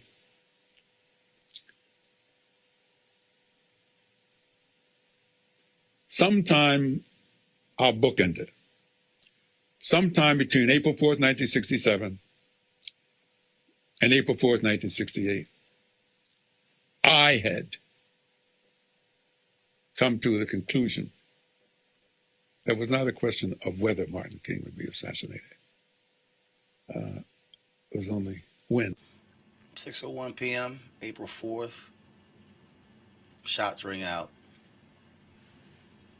How do you find out? I was having dinner with the Grand Dragon of the Ku Klux Klan. And the maitre d' knew my relationship with the Kings, and she came over to the table and gave me a note. Well, we were talking. I was busy talking, and she said, did you hear about Dr. King? And I just folded up the note and kept talking. She thought that was odd. She came back a second time. She said, I hate to interrupt your meal. She said, but I just heard on the radio he'd been shot. Well, that didn't bother me either because I'd been in his presence before. when it was reported. We were in Los Angeles once. They reported that he had been shot. And we were in there getting ready for a nice, comfortable evening and a meal. Well, not just he and I, but, you know, several of us were. Again, we had a big laugh about it. That they said, I think the guy had 8 sticks of dynamite and said, I think I got him, you know. We saw it on TV. So I didn't think anything about it. I just talked to him earlier that day, and, you know, so he was all right then. And I said, well, maybe I'd better go to the phone. I went to the telephone, and their private lines were busy. And that's unusual for all the lines to be busy. And I said to my guest, I think I'd better go over there. So I then drove over, and as I was getting to her driveway, she was backing out. The mayor was there and the police. They were taking her to the airport. And she said, oh, I've been trying. She left the window down. It was raining. She said, I've been trying to reach you. I've got to go to Memphis, said, and she had a housekeeping staff, but she knew I had a special relationship with the children. She said, will you check on the children for me? I don't know what's going to happen. Because, see, when they called her, they didn't tell her he was killed. They told her he'd been shot and injured. So when you're driving up, you still think it's not true. Right. But then when you turn that corner and then you see police and the mayor, that's when it hits you.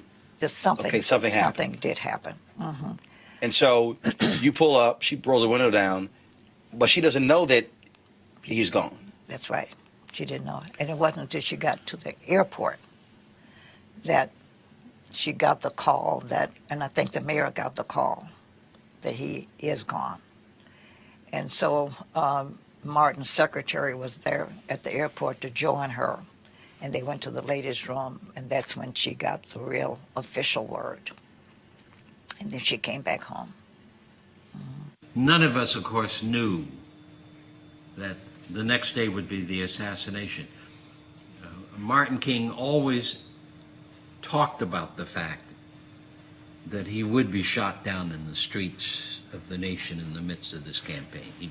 He started talking to us about that actually with the assassination of John F. Kennedy in November 63. Were it not for a promise you made to your wife, you probably would have been on that balcony. Well, who knows? Yeah. But y'all were meeting. Y'all have all those different. Well, as a family, we try to eat dinner together each night. So. And you told me, you said, I'll be home by 6. That's right. We agreed 6 o'clock dinner, and so I was on my way home. I was in the kitchen with Dorothy when we heard the news over a television set that Dr. King had been shot. At 6:01. Now I just left him, not too long before that. Again, folks, those are priceless reflections of individuals who worked with Dr. King, who were his lieutenants, who were there in Memphis when he was assassinated. Go to our panel here, final thoughts, because after they finish, folks, we're going to play you the entire interview with Xernona Clayton. You do not want to miss this. You want to tell your friends, anyone else, they want to watch this. She told me things she had not shared in 50 years. And then when you hear her, wait to hear what she has to say about Richard Nixon when he came to pay respects to Coretta Scott King. And what Robert Kennedy did when he called. Also what happened when she went shopping for a dress for Mrs. King for the funeral. And then when you hear her talk about climbing into this casket to apply makeup to Dr. King's face because the funeral home did a horrible job. Trust me, it's an interview you do not want to miss, and we're going to play that, roll that right in once we're done here. I'll go to our panel here. Joseph, I want to start with you. The reason, as far as I'm concerned, it's important for us to hear those voices, not just about April 4, 68, but also about all the other things that they worked with. Because I think we have to have a constant reminder. Jews say never forget. We have to have the exact same frame of mind.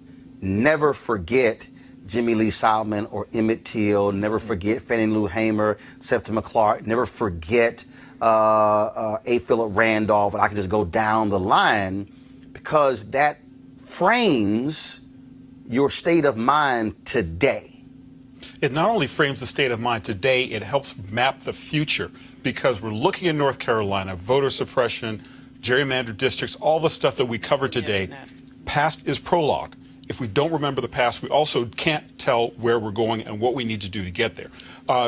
One other quick reflection that I have upon hearing all this stuff, and it goes to that point, is I was in Chicago back in December doing a story about the opioid crisis. A lot of people don't really know that the opioid crisis has been in the black community for generations. But the white community is getting a lot of the attention now because of the pills and because of unemployment, all the problems that are happening in urban America. The one thing that was so striking to me about going to Chicago and reporting the story was on the west side of Chicago, and you probably know this having run the Defender when your time was there, there are entire city blocks that have not been rebuilt since 1968. Yep. And it is a crying shame. It is unbelievable that in a city where rent prices are going through the roof, and every city in America can probably make this claim, every major city that was touched by the riots, entire blocks that have just been abandoned and the city decided not to rebuild them.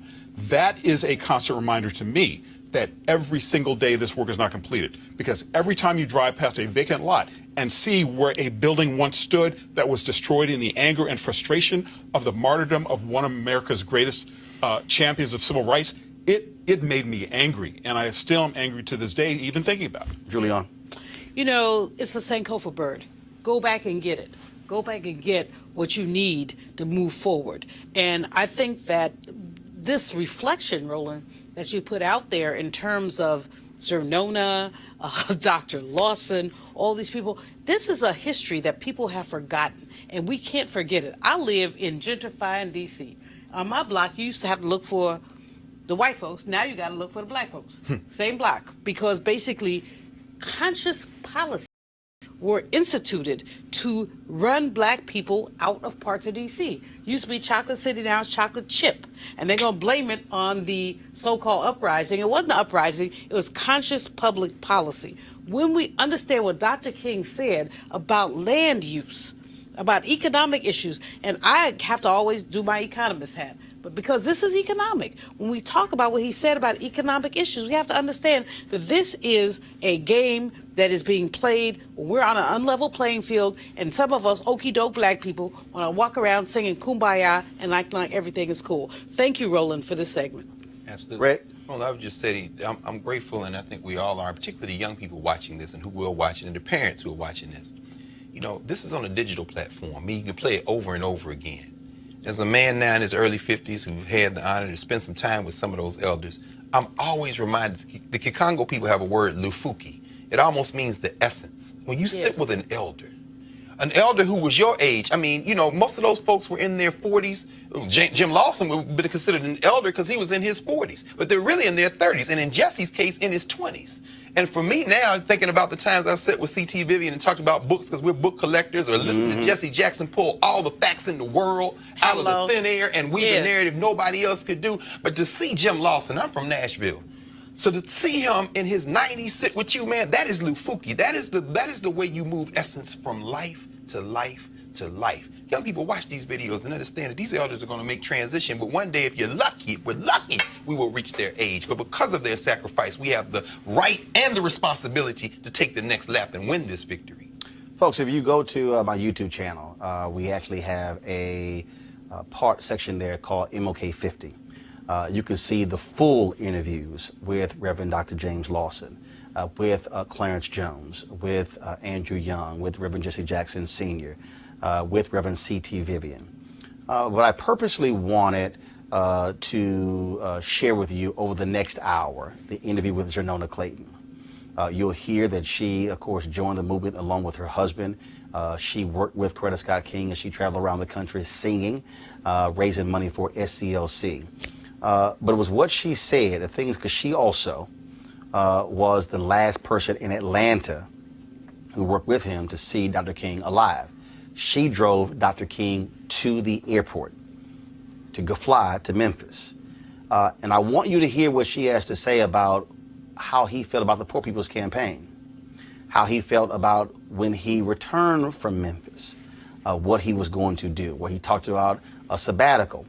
You'll hear what she had to say of how his kids had this feeling about him die. They did not want him to leave. And you hear it describe how they said it and the way they said it that was totally different than what they had ever said before. You'll hear her talk about being with Coretta Scott King as she navigated those days after his assassination and how she dealt with the world coming to their Atlanta home. And so over the next hour, we're going to play that for you. I certainly want to thank Joseph, Greg, and Julianne for being here on this day, April 4th, 2019. Thank you, brother. And it was, and again, this is about us telling our story. I told you earlier, Dr. King's book is Where Do We Go From Here? Chaos or Community. Every person, but especially every black person, should have your own copy of this. Yes. And as you see, you can go through mine, and you're going to see, I think I used about 3 or 4 highlighters going through this book as much as possible. And I also mentioned Dorothy Cotton, who died last year. She was the only woman in the inner circle of Dr. King. She ran the citizenship education program. If you joined SCLC and you wanted to work with him, you had to go through her training. I want you to read about what she talked about, having to reprogram Black America. And so this is her book. It's called If Your Back's Not Bent. If your back's not bent, the role of the citizenship education program in the civil rights movement. Dorothy Cotton, she was the SCLC Director of Education. You want to get this book. I got it after my interview with her. And so I never got a chance for her to sign it. But I want you to actually get your own copy of this because we also need to understand exactly what our history and where our stories come from. So that's it for this edition of Roland Martin Unfiltered. I want you to support us by joining our Bring the Funk fan club. Go to RolandMartinUnfiltered.com. If you're on YouTube, you can actually give right now, right straight through YouTube. And again, we have folks who give it anywhere from $5 to $15 to $25, $40, $50 or even more. I'll give a quick shout out here to some folks who were supporting us even as we were doing the show. So I want to thank them as well. And so again, this is what happens when people are supporting the show. So again, your dollars make all of this possible. The interviews that we want to do, your dollars make it possible. So go to RolandMartinUnfiltered.com. And so now we're going to play for you the interview with Xernona Clayton. And trust me, you will be blown away the things that she says and what it was like to sit in that room, just her and Coretta Scott King on April 4th and the days after Dr. King was assassinated. Xernona Clayton, how you doing? Well, with you, what do you expect? I'm doing great. Well, it's good to see you. Feel good. Mm-hmm. It's always good to see you. Thank you. It's my pleasure. So let's start. What was the moment, or was there a moment when you decided this is when I need to get involved in this movement, this civil rights movement, this Black freedom movement? Yeah, I was sheltered as a child. My father talked about people in general, that you'll be running into moments when you'll be restricted from with your mobility. But don't ever, ever, ever let anybody restrict your ability. So no, there'll be limitations. I thought you were just talking about people in general. Went to college and Tennessee State? In Nashville, Tennessee State, yes. And things were going okay. But one night, 4 of us students went out. On the way back to the dorm, we said, let's get some hamburgers. And we stopped at a White Crystal. And I always will say that because I'll never eat another Crystal again. We walked in. We had money in our pockets. All we wanted was a hamburger. The guy was by himself. I don't know his owner, manager, whom, it didn't matter. But he said he had a big butcher knife. And he used the N-word, and I don't mind using it. I hope you don't object. He said, if you niggers don't get out of here, I'm going to cut your heads off. You know you don't belong in here, so get out. Well, of course we did, but the pain was inside of you. It still is today. Because he said 2 things that bothered me to this day is you don't belong here. I've felt that piercing word many, many times, belonging. What prevents me from belonging? I realized after, I knew what was going on, put it all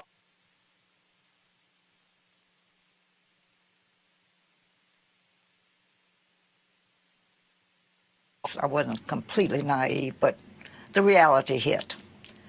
I knew that I was black in America, and there's nothing I could do to pretend like I wasn't. So I knew then every opportunity I got to fight racism, I was going to do it. So it was kind of like my defining moment that I knew then that racism was real. Now I heard about it, read about it, but when it hits you, you know it. So that was the beginning, I think. And the fact that you say it still pierces you, you still, interesting, when I interviewed Reverend C.T. Vivian, and he was recounting what he went through, and I could see it literally in his eyes. Or we're talking and smiling, laughing, all of a sudden his eyes begin to narrow. That here he was at 93, and he still felt it. Well, it's sort of like some things you don't, some people say when they had surgery, they remembered when they had the incision. You still feel it. I guess the pain of whether it's memory or whatever it is, maybe it's hard to describe, but it stays with you. But I've interviewed people like ball players who said that one guy was hired right after Jackie Robinson. And he said the owner of the team, the manager, would say, listen, guys, we're going out here to play ball and we're going to win. It's not just you. It's the team. The team. Everything he said was the team. This is team spirit, not you, the team. He'd go out, play ball, win, come back. The team came back. Then he would have to go to a segregated area behind the curtain.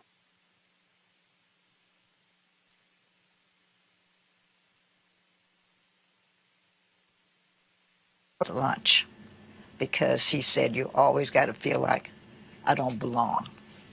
I'm not worthy. Those two phrases, he said, haunted him. You don't belong. You're not worthy. And it looks like, Roland, that as African Americans, we're always trying to prove our worth. And it's happened to me 100 times. I don't have time to tell you all the times. But you hear white people say, you don't belong here. You know better. Well, why don't you belong? You hear it today. Today. You hear it today. I mean, even when you hear these conversations, when you look at the attacks on NFL players who are protesting and Colin Kaepernick, oh, go back to where you came from. This is where I tell people, Jim Crow had kids and grandkids. Let's not act like all of a sudden the election of a black president, having a black governor in Virginia, Massachusetts, having black CEOs somehow just erased all of that. That's true. We just seem like that ugly head of racism keeps raising itself. And our political times today are not helping. I think we're in a climate now where it's okay to bring your hatred out. It started with Obama when he was president. I think they just resented the fact that he had made it. And now I think white racism has just said it's okay to do it because of the climate of our country. Well, one of the things that I've talked about is that we're operating in this period of what I call white minority resistance. Even though they're not in the minority, but they see where we are going. They see that by 2044, no one group will be the majority of the folks in this country. There's this fear, and that there's this fear of losing power, fear of losing money, fear of losing control. And you now see reports where 50% of whites think that there's rampant discrimination against white Americans, which is beyond laughable. When they say, well, millennials, white millennials won't be the same, but when you look at the polling data, they hold some of the same feelings. What we're seeing is that there's a fear of no longer being able to run everything in America the way they desire. I think that's the prevailing mood with the reality. It's just no longer just a mood, it's reality. That we have proven a lot of our value, even when it's not acceptable and not accepted. It's proven that we can control, we can do, we can work, we can perform. And I remember getting a letter from a white mother in mid-America who said that she was taught, this was in a relationship to the Trumpet Awards. She had been watching the awards and seeing that African Americans had been doing a lot to add to the richness of this great country. And she said it was that typical awakening for her that her mother and father both taught her that all black people were lazy. She said, didn't say some, a lot, all. She said all black men would rather stand in line to get a welfare check than to get a paycheck. That all black women would rather have a baby than have a job. So she grew up hating us. And it wasn't until she just kind of latched onto the viewing of the Trumpet Awards and saw the contributions we were making that her notion now was changing. She said we piqued her interest. And she started going to the libraries, trying to learn more, and found out that her parents had not told her the truth. That she now had 2 girls. One was 3 and one was 5. And she did not want them to grow up in the same ignorance she did, so sent us the tape for the Trumpet Awards. And that was what she was calling about. That notion is not widespread. I think there are people who still feel that way about African Americans. But the reality is the picture is a lot different from what people perceive us to be. We're doing things now, running and governing and performing and doing well. And it doesn't set well to those who want to believe otherwise. But the key thing you said there was, this was a woman who was in middle America. We call it flyover country. We saw after the election of Trump, all these people said, oh, we've got, these people are frustrated. They're losing opportunities. We've got to really understand them. And every time I would hear working class, that's who they would be talking about. And I kept saying on television, wait a minute, hold up. They ain't the only people working. Let's stop acting like they are. And the reality is, in a lot of these places, it's 90, 95, 98% white. They don't know any of us. They don't see us. And so they have these perceptions. They listen to conservative talk radio all day. They watch Fox News all day, which further amplifies that point of view. Of course. And then all of a sudden, you get a Trump. And then people begin to say, well, yeah, we got to listen to their fears. And I'm going, if y'all broke, I can show you some folks in the inner city broke. You think you got bad schools? I can show you some bad schools. But in many ways, they're voting against their own interest. And then somehow saying, well, it's our fault. Well, I think it's always easier to transfer the blame and the critiquing to the other group. It's easier that way because it takes it off from you. I think that I really wish Martin Luther King was still here today.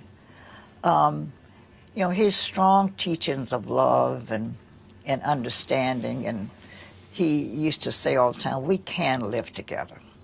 We can respect each other. And his notion always was that he didn't think that all white people hated us because they loved to hate. He said so many of them perhaps would not hate us if they knew who we were. And I think that's where we've been derelict in our history and in our schools, not showing the contributions that we've been making. We've been contributing. And yet you've got a segment of the population that you don't belong here. Before SCLC, you worked with the National Urban League. Yes. Talk about that, and also you going undercover? Yes. Well, what happened is I felt like, you know, I was really doing a lawman's job, but it was really a job of enjoyment, really. Because what had happened in Chicago at the time, and this was, I'm talking like the 50s, they had good business people.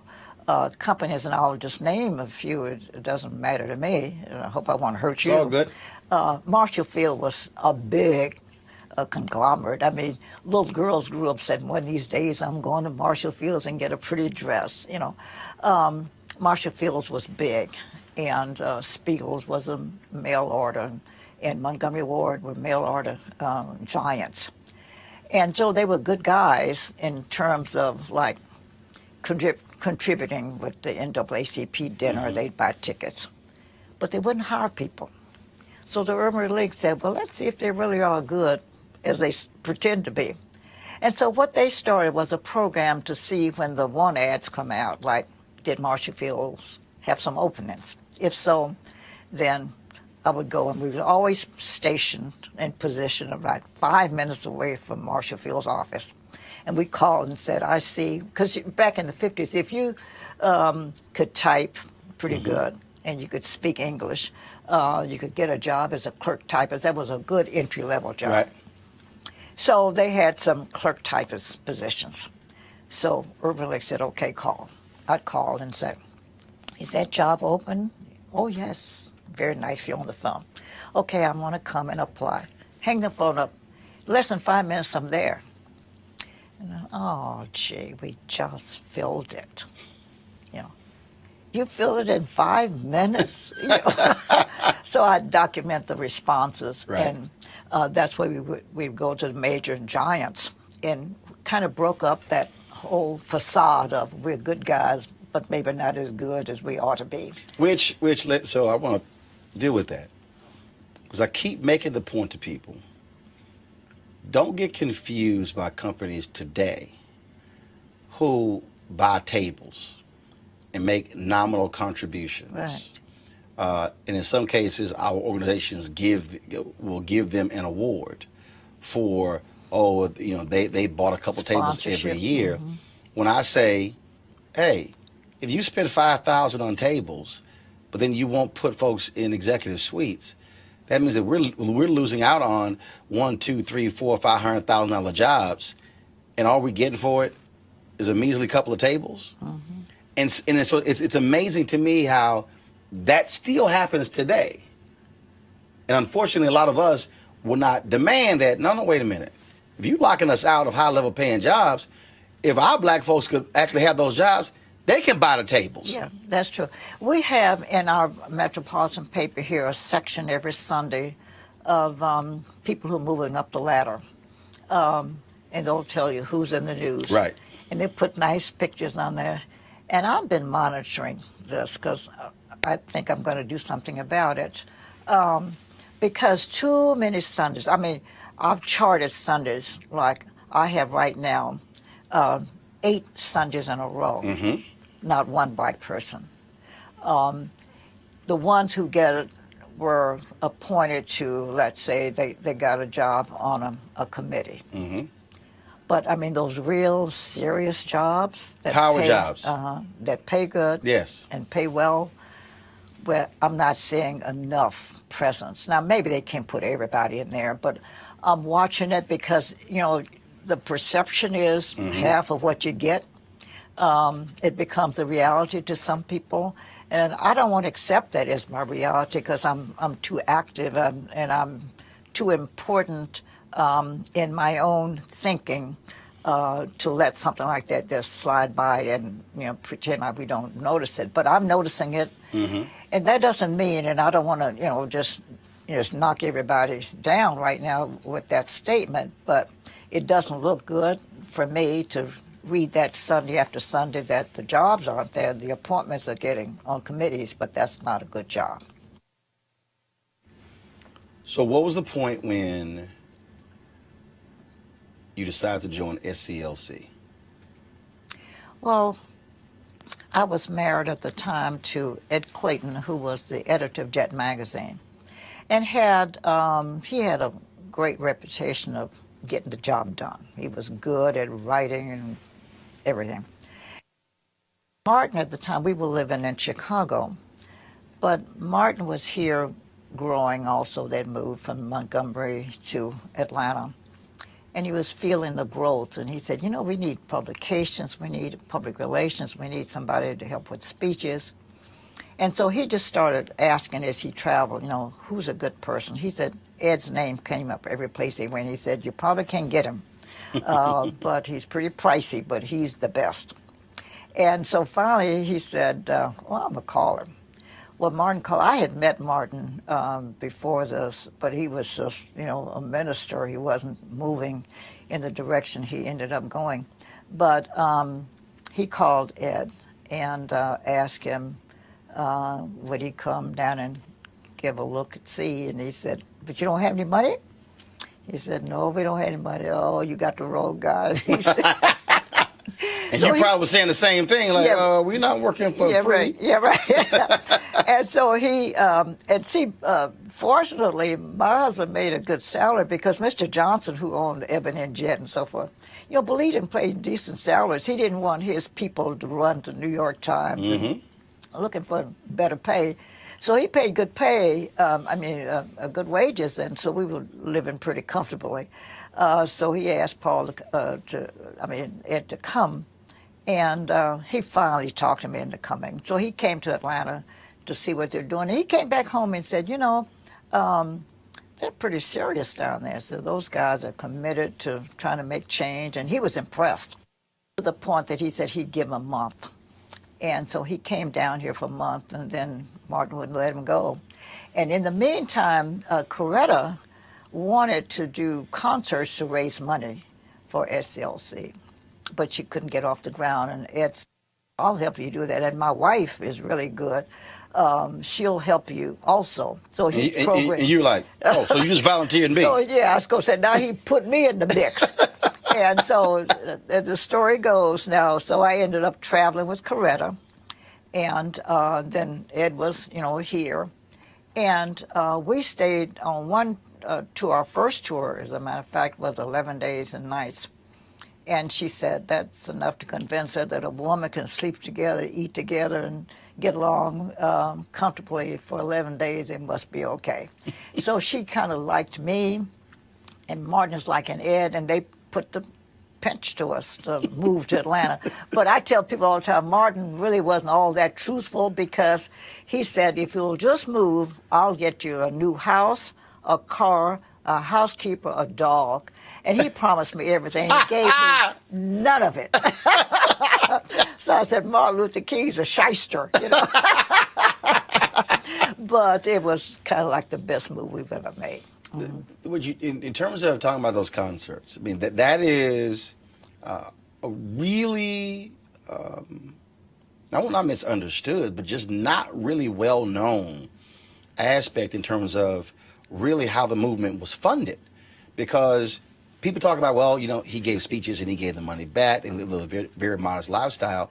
But those concerts helped pay for the SCLC, helped pay salaries. Oh, they were very successful. And she, the nation now is beginning to embrace Martin Luther King. He was getting bigger all the time.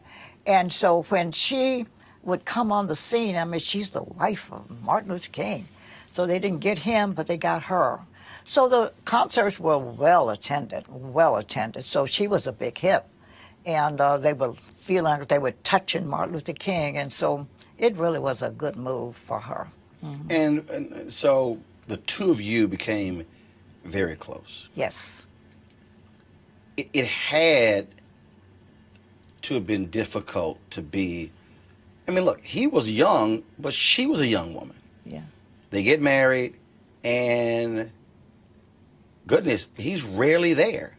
The books that I've read, I tell people all the time, and when you start looking at gone 18, 20, 22, 24, 26 days out of the month, you're seeing your spouse 2, 3, if you're lucky, 4 days in a month.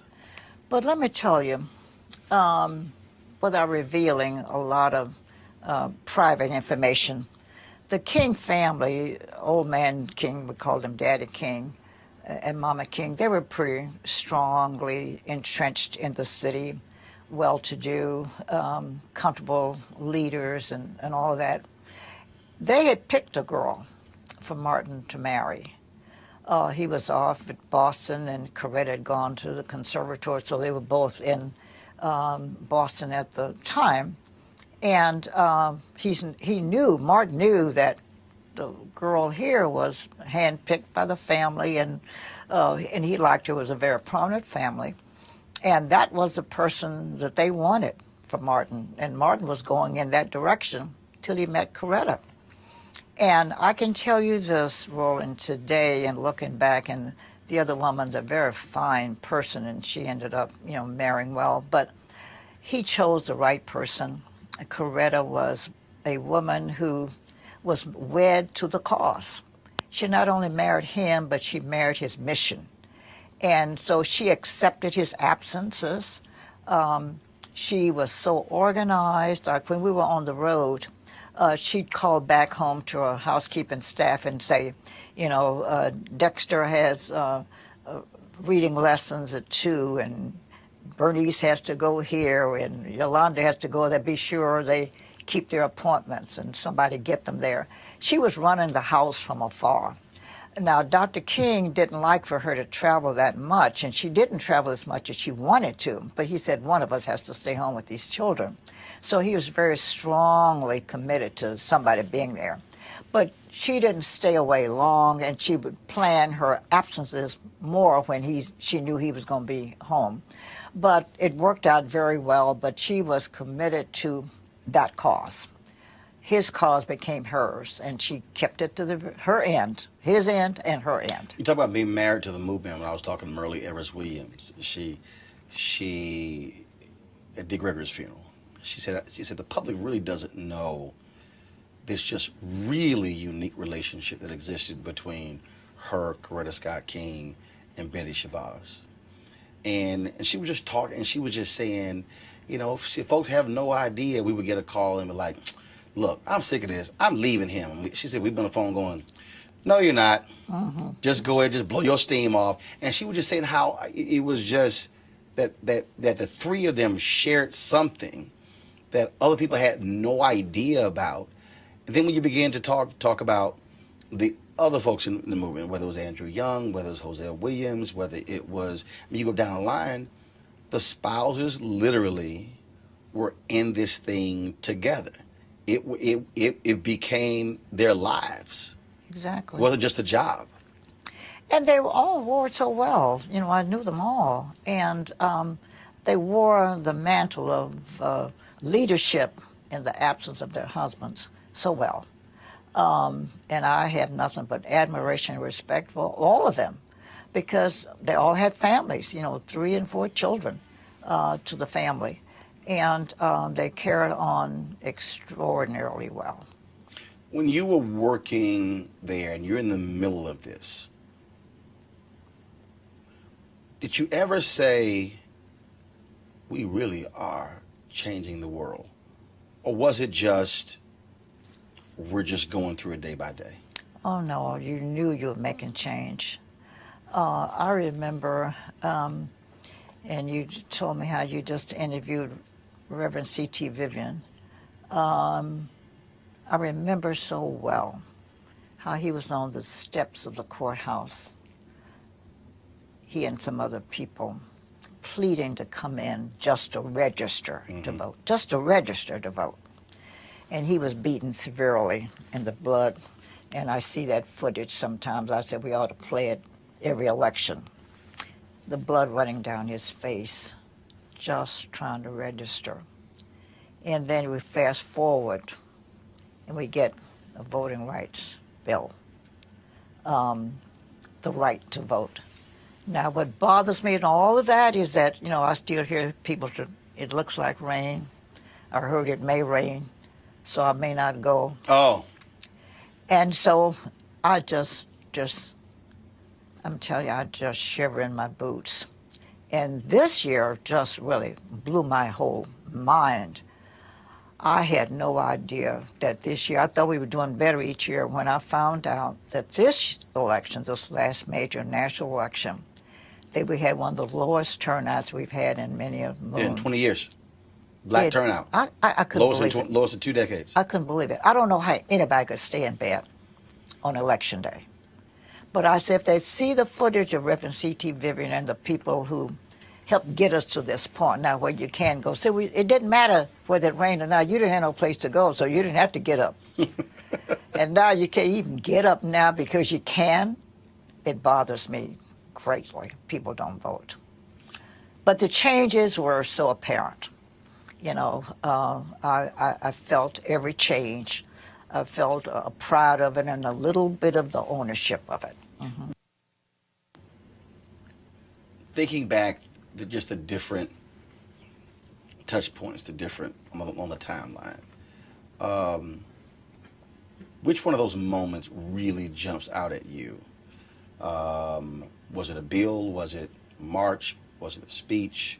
Was it a death? Was it where you think back and you go, man, I was a part of that? No, there was not one. I'll go back to each moment and relive it. While the description of the moment would vary, the pain, the suffering, the pride, the joy, the angst, all of those moods are the same. I remember going to Jackson, Mississippi, just for a convention, and one of my many jobs was to pick up those special guests who were coming in. And I went to the airport, and there was Mrs. Parks, who didn't have anybody to pick her up because, you know, these were chauvinistic days also. So women were second. And I said, oh, Mrs. Parks, I didn't have, you know, any information to pick her up. I didn't know she's on that flight. And I said, listen, I have to pick you up, so you just wait right here. I'm coming to pick somebody else up. So while we were waiting, she said, you know, I didn't bring the right clothing.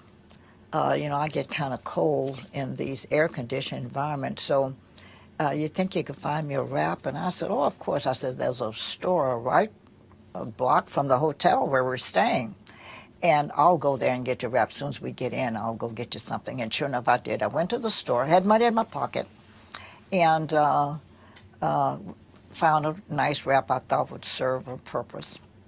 So the lady, the waitress, I mean, not the clerk, she was busy, and I thought she was just busy just with the display shelf. And I thought she saw me because I was the only person there, but she didn't stop.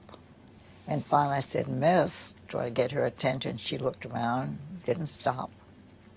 So I said, Miss, I'm ready for my purchase. And she said, you know, you people make me sick. You know you don't belong here. Now, we got the Public Accommodations Act, so I did belong there. But she said, you know, you people, and that's another thing that gets you, you people. I said, Miss, I have money to pay for this item, and I'd like to pay for it. Exasperation just took over. Oh, you people just make me sick. Well, I could have dealt with that. You know, I could have argued with it and fought with her. But I went there to buy something, had the money, paid for it, and walked out. And on the way back, here I hear again, you don't belong here. You know, I found every step of the way I was running into that. And I just said, you know, when the law comes, has it really made a difference? No, because the law doesn't change every person's attitude.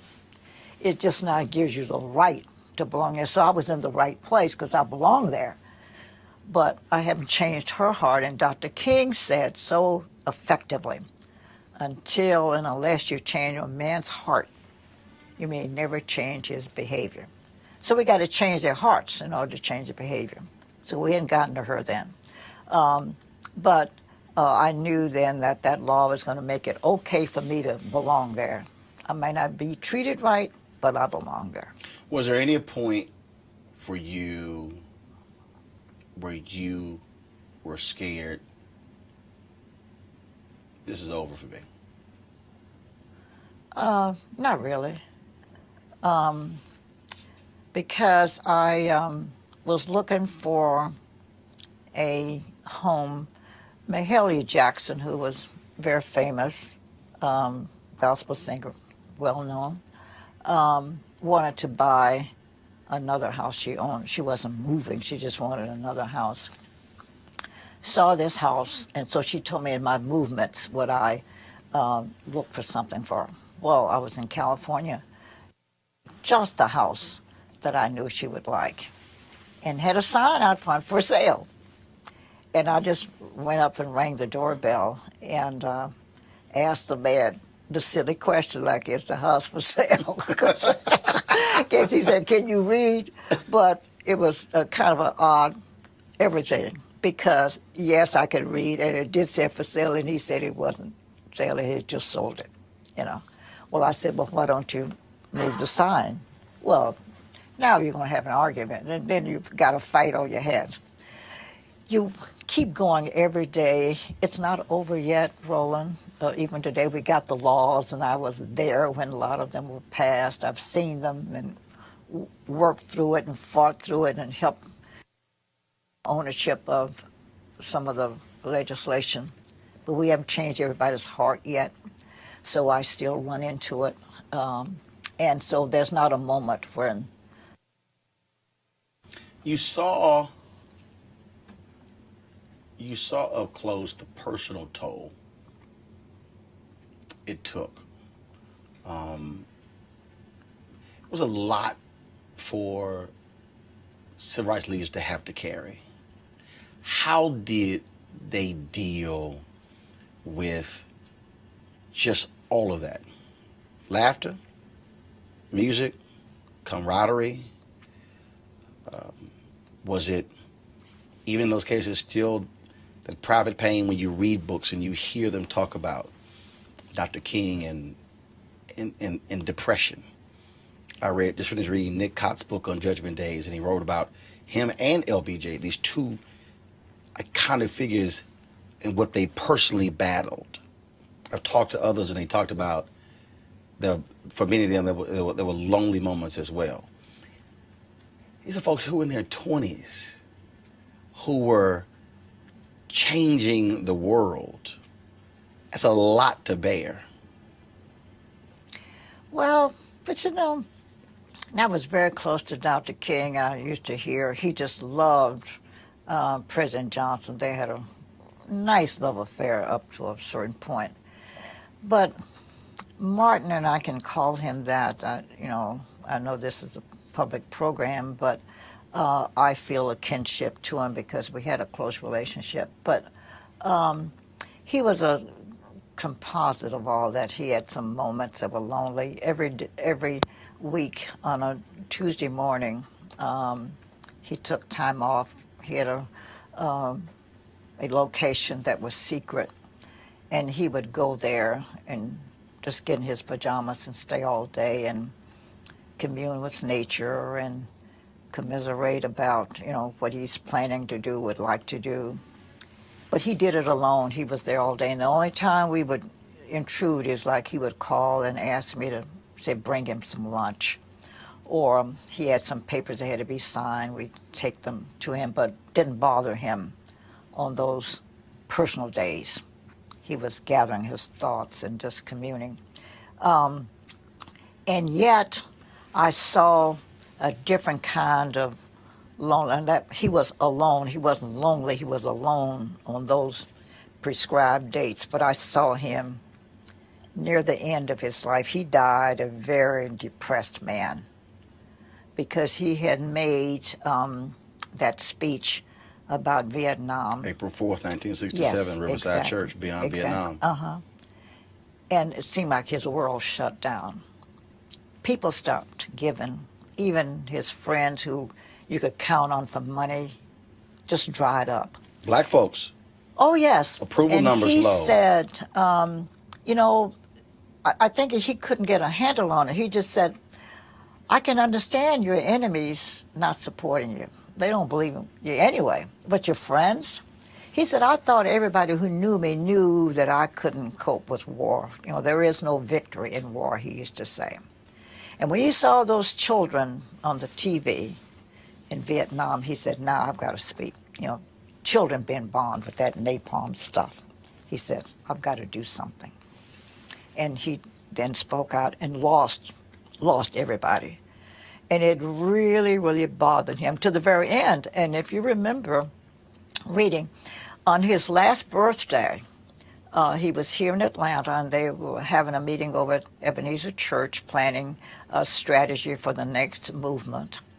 And there was a film crew here to just follow him, doing a documentary on him for Italy television. And they called me, they meaning Andy Young and Reverend Abinez and all of them called and said, you know, We haven't seen him laugh for a long time. And we've just decided you're the only person who we think can make him laugh. So will you come over to the church at a certain time? And let's just have today was his birthday. And I said, oh, I need a little more time. Anyway, not making the story too long, I agreed to go. Mm-hmm. When the meeting broke, he started out to the men's room and said, hey, Doc, come back. Now, the television crew is getting all of this, because they're following his movements. So he sat down, and I said, listen, this is your birthday. And so I pulled out of a little sack I had, a little tin cup. It was gold, but it was the beggar's cup, people used to call it. And I said to him, you're always trying to help President Johnson with the war on poverty. So I want you to take this cup and go stand on the corner wherever you travel and get some money for President Johnson. And he just smiled. He laughs. He laughs. And I said, and also, you go to jail so much, I'm going to give you these potato chips. So the next time you go, you'll have something to snack on, and he falls out laughing. Well, Roland, when they got ready to do a movie on him after his death, they couldn't find any footage of him laughing. And so this footage became the most valuable footage. It's now still used. They use it. I was on the prize and use it now for lots of things. But it was the first time he had laughter on his countenance for months. He died of a broken heart because he could not understand how people couldn't support his view on Vietnam, killing people. Now, I tell you that story because the man was mixed with, he was such a humorist. I mean, in private, there's nobody funnier. I even said to him one time, I said, you don't have to worry about the future and a job. When you solve all the problems of the world, you can go on stage by being a comedian. He was the funniest man ever. Everybody agreed to that, those who were privileged to be in private moments with him. He'd tell a joke and get an inflection, just like the one story he's telling. And he was very, very, very funny. Filled with humor, loved to play. He'd come home from a trip, and he and his children, the first thing he wanted to do was play with the kids. And they had an awful game that Mrs. King just couldn't stand. And the game was they'd pull up a chair, the little ladder, climb on top of the refrigerator. And then the game goes, Martin's on the floor, and they're leaping into his arms. Now, that's real faith that your dad's going to catch you. And they had a kiss spot. With 4 children, everybody had a spot. And he would catch the kid and then kiss him, and always he'd kiss the wrong spot. Daddy, no, Daddy, that's the wrong spot. Oh, and then they'd have a fight over the wrong spot. And they would just fill the kitchen with laughter. Mrs. King didn't like her. She figured going to kill themselves. But I saw in that picture faith in their father, faith that they could leap down and he would catch them. Having the father in the house, playing the game, getting the kiss spots, that was more pleasure for him than it was for them. It was pleasure for all. So to see him in the years that he lived, filled with the laughter, and then see him go out of the world with the sadness bothers me. You mentioned that last year. Again, I've watched numerous documentaries, read numerous books. And I tell people, I don't care what anyone tells me, there is no coincidence that he dies on April 4th, 1968. A year to the day. There was something. After giving that speech. He was troubled for a few years over Vietnam. Diane Nash, James Bevel, and others were pushing him on it. Did he ever talk with you, or when you listen to the debates back and forth, as he struggled with that issue? Because he had to have known the moment he took that stance, he's opposing LBJ. He's opposing, he's laying it all on the line once he says, enough is enough with this war. Well, I had a chance to be around him, kind of know his thinking.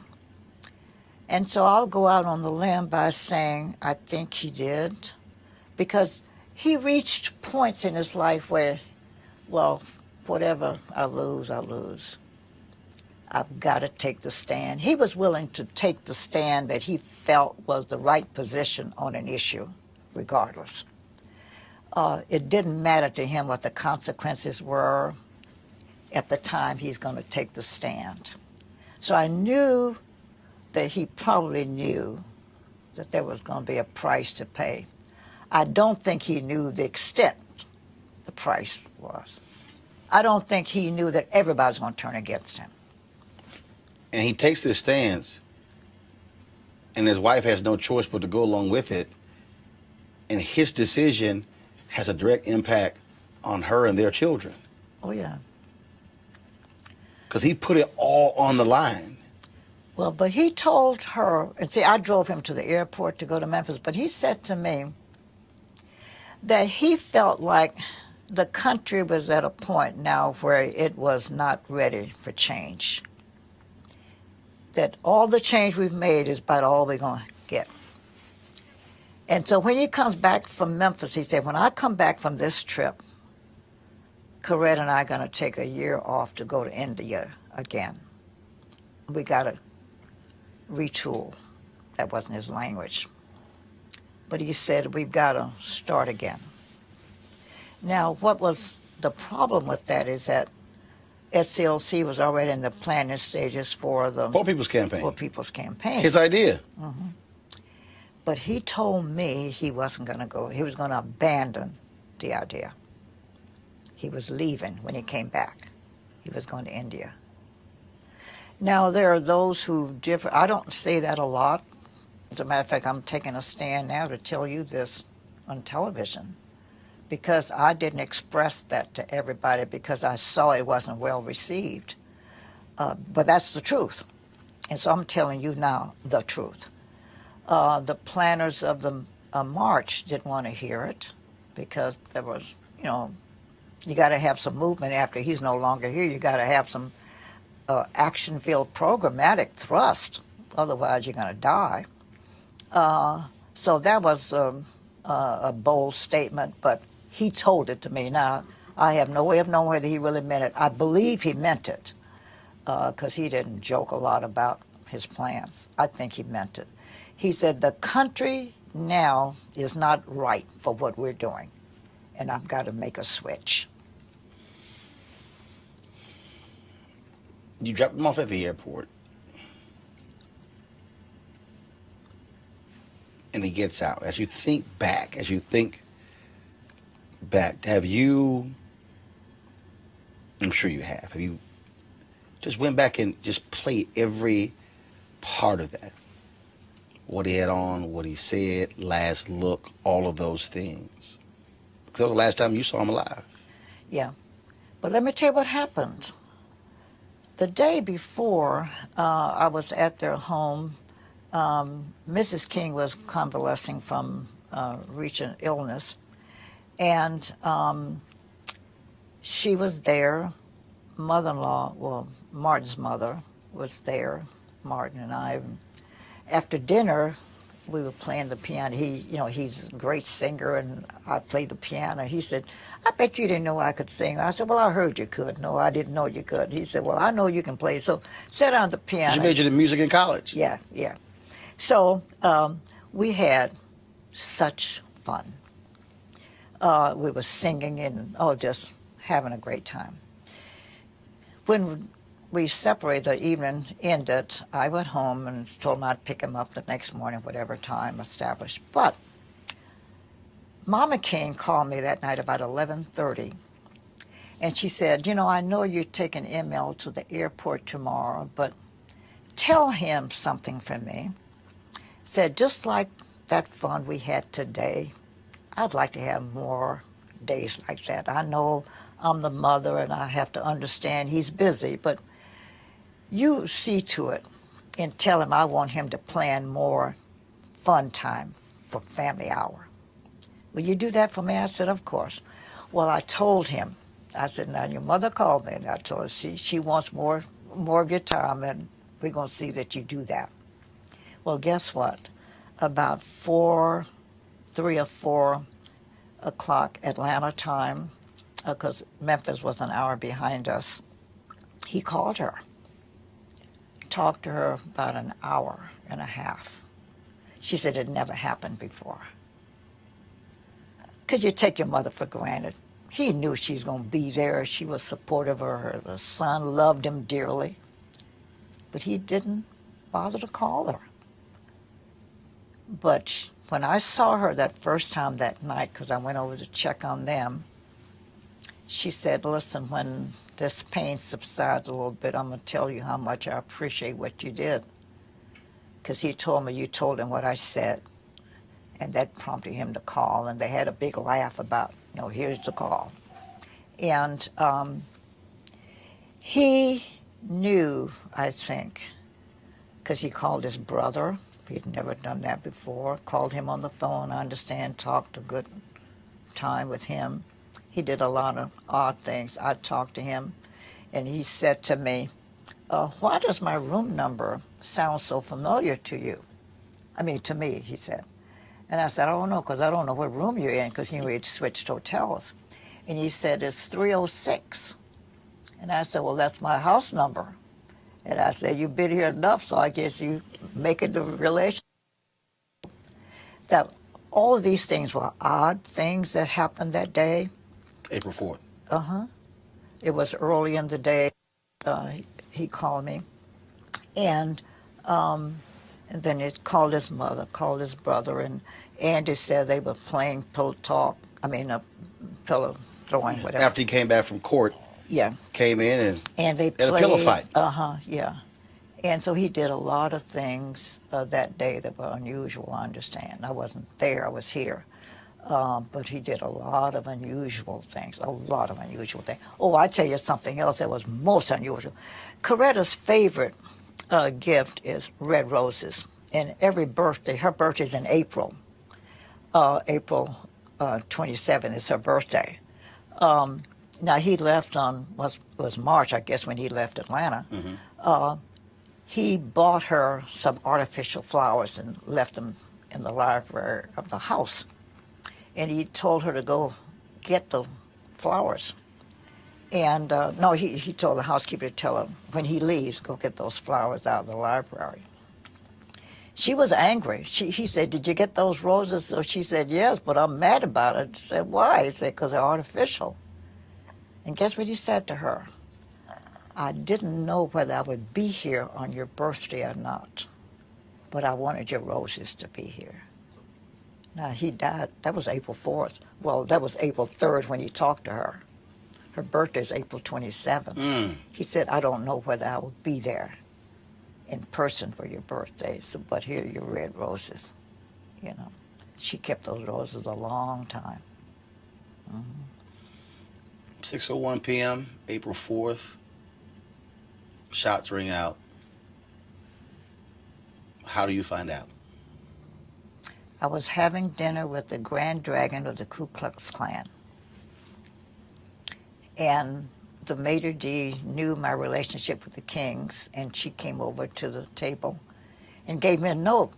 Well, we were talking. I was busy talking, and she said, did you hear about Dr. King? I just folded up the note and kept talking.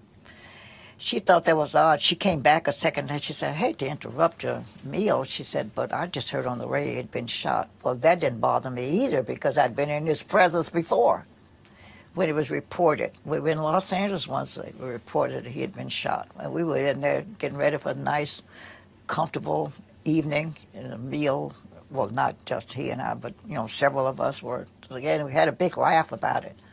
That they said, I think the guy had 8 sticks of dynamite and said, I think I got him, We saw it on TV. So I didn't think anything about it. I just talked to him earlier that day, and, so he was all right then. And I said, well, maybe I'd better go to the phone. I went to the telephone, and their private lines were busy. And that's unusual, all the lines to be busy. And I said to my guest, I think I'd better go over there. So I then drove over. And as I was getting to her driveway, she was backing out. The mayor was there and the police. they were taking her to the airport. And she said, oh, I've been trying. She left the window down, but it was raining. She said, I've been trying to reach you. I've got to go to Memphis, said, and she had a housekeeping staff, but she knew I had a special relationship with the children. She said, will you check on the children for me? I don't know what's going to happen. Because, see, when they called her, they didn't, they didn't tell her he was killed. They told her he'd been shot and injured. So when you're driving up, you still think it's not true? Well, I think something must have happened. Right. Once that's what I said. But as you're driving over, you're going, okay, we've heard this before, let me drive over. Yeah, right. Mm-hmm. But then when you turn that corner and then you see police in the mirror, that's when it hits you. Just something. Okay, something happened. Something did happen. Mm-hmm. And so you pull up, she rolls the window down, but she doesn't know that he's gone. That's right. She didn't know it. And it wasn't until she got to the airport that she got the call that, and I think the mayor got the call that he is gone. And so Martin's secretary was there at the airport to join her, and they went to the ladies' room, and that's when she got the real official word. And then she came back home. Mm-hmm. So you're in the house with the children. And I stayed. I didn't leave there until 5 days later, 6 days later. Mm-hmm. You know he's gone. Did you wait for her to return to tell them, or they made aware, the children? Oh, I would never, not even consider telling the children. She came shortly, I guess, after, well, I guess they could speed, but she came, it didn't take her long to get to the house, and she came in telling her staff and everybody. By now, the house is filling up because everybody else now has heard. But she said to her staff, do not tell my children. I'll do that myself. And so her bedroom was at the end of the long hall in the house. So she decided to make that her solace. And then the people up front would answer the phone and then direct the call back to see if she would take it, and I'd be the interceptor. I just stayed with her. But she got ready to go tell the boys, and she asked me to go with her. And she had a death grip on my arm, tightly, trying to tell the children. She told Dexter first, the younger boy, that, your dad has been seriously hurt. She couldn't bring herself. She said, your dad's been hurt. Well, how bad is he hurt? She said, pretty badly, I understand. But we'll talk about it later, but, he's not coming home. And I've got a lot of things to do. And he said, well, if he's hurt bad, and he jumped out of his bed. He said, if he's hurt badly, why are you still here? You all do everything together. Why are you still here? And he was chastising her. And she said, oh, well, got a lot of decisions to make. And she was calmly, still holding me so tightly. And then we went to the other side of the room, which was the other boy's side, Martin. And she told him, he was older, so she said, it's pretty serious. And so we got a lot of decisions to make. I don't know what we're going to do first, but it looks like he's very, very serious. She still can't say. She couldn't say it. And he said, well, what must I tell my children? My friends at school tomorrow. So she said, well, you're not going to go to school, so you won't have to worry about that. And he leaped up. What do you mean? I have to go to school. Miss Davis said to cutting her glasses. And I laughed later, not at that moment, but I said, that teacher put cut these glasses. But she finally got out of the room, and then she had a sigh of relief, that she finally had told them. Now, Bernice was too little. She was only like 4, I think, and didn't understand. But Yolanda came in, and she sat on her mother's bed right beside her, and they embraced, crying, like, we're big girls. We're not going to cry. Daddy wouldn't want us to cry, so we're not going to cry, Mommy. We're going to pull this thing together. The two of us can do this. And they are wailing. The most poignant moment. That was a difficult moment for me, and I guess I was crying too, because they were just embracing tightly, saying, we're not going to cry. We're not going to cry. But what, so they finally said, okay, we're going to work this thing out. As the calls were coming in, assume Mrs. King would want to talk to the president. And so, you know his voice, so I would take the call and said, okay, Mrs. King, this is President Johnson. But what was interesting, everybody had the same message. And it's the same one maybe you and I make, like someone dies, you said, if I can do anything, let me know. And meeting it, anything you need me to do, let me know. If there's anything I can do. Mm-hmm. Everybody had the same message except one call. Kennedy, Robert Kennedy. His call was the one that was different. He said, Mrs. King, it's obvious now. When he called, it was, now see, in Atlanta it was about 5 or 6-ish, and people started calling. And so up until now, it's almost 10. Mr. Kennedy said, it's obvious, Mrs. King, that you need more telephone lines because I've been trying to get you ever since the news broke. But Mr., and I'll make up a name because I don't remember the name, but Mr. John Jones is en route to Atlanta now to install 9 telephone lines for you. He'll be there at 12:30 tonight. He's en route now. I also heard on the TV that you'd perhaps want to go pick your husband up in Memphis. So we've dispatched a plane. It's already there in Atlanta. The pilot's name is Sam Smith, tailgate number 12345, telephone number 822. So whenever you want to go, all you have to do is make this call. He will take you, and he's in readiness whenever you want to go to Memphis. Also, who's your point person? And she told I was going to be her lead spokesperson. And he said, Xernona, call every hotel in the city of Atlanta, talk to the management, and put a clamp on all the rooms in the hotel, in the city, that people will be coming to this funeral who were heads of states, and we got to be sure we have right allocation of space.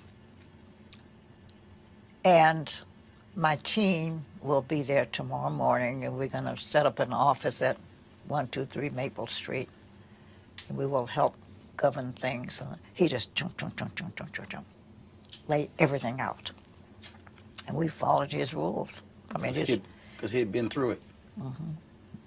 He said, we know how, we've got experience in this. We know what we're doing. And he was right.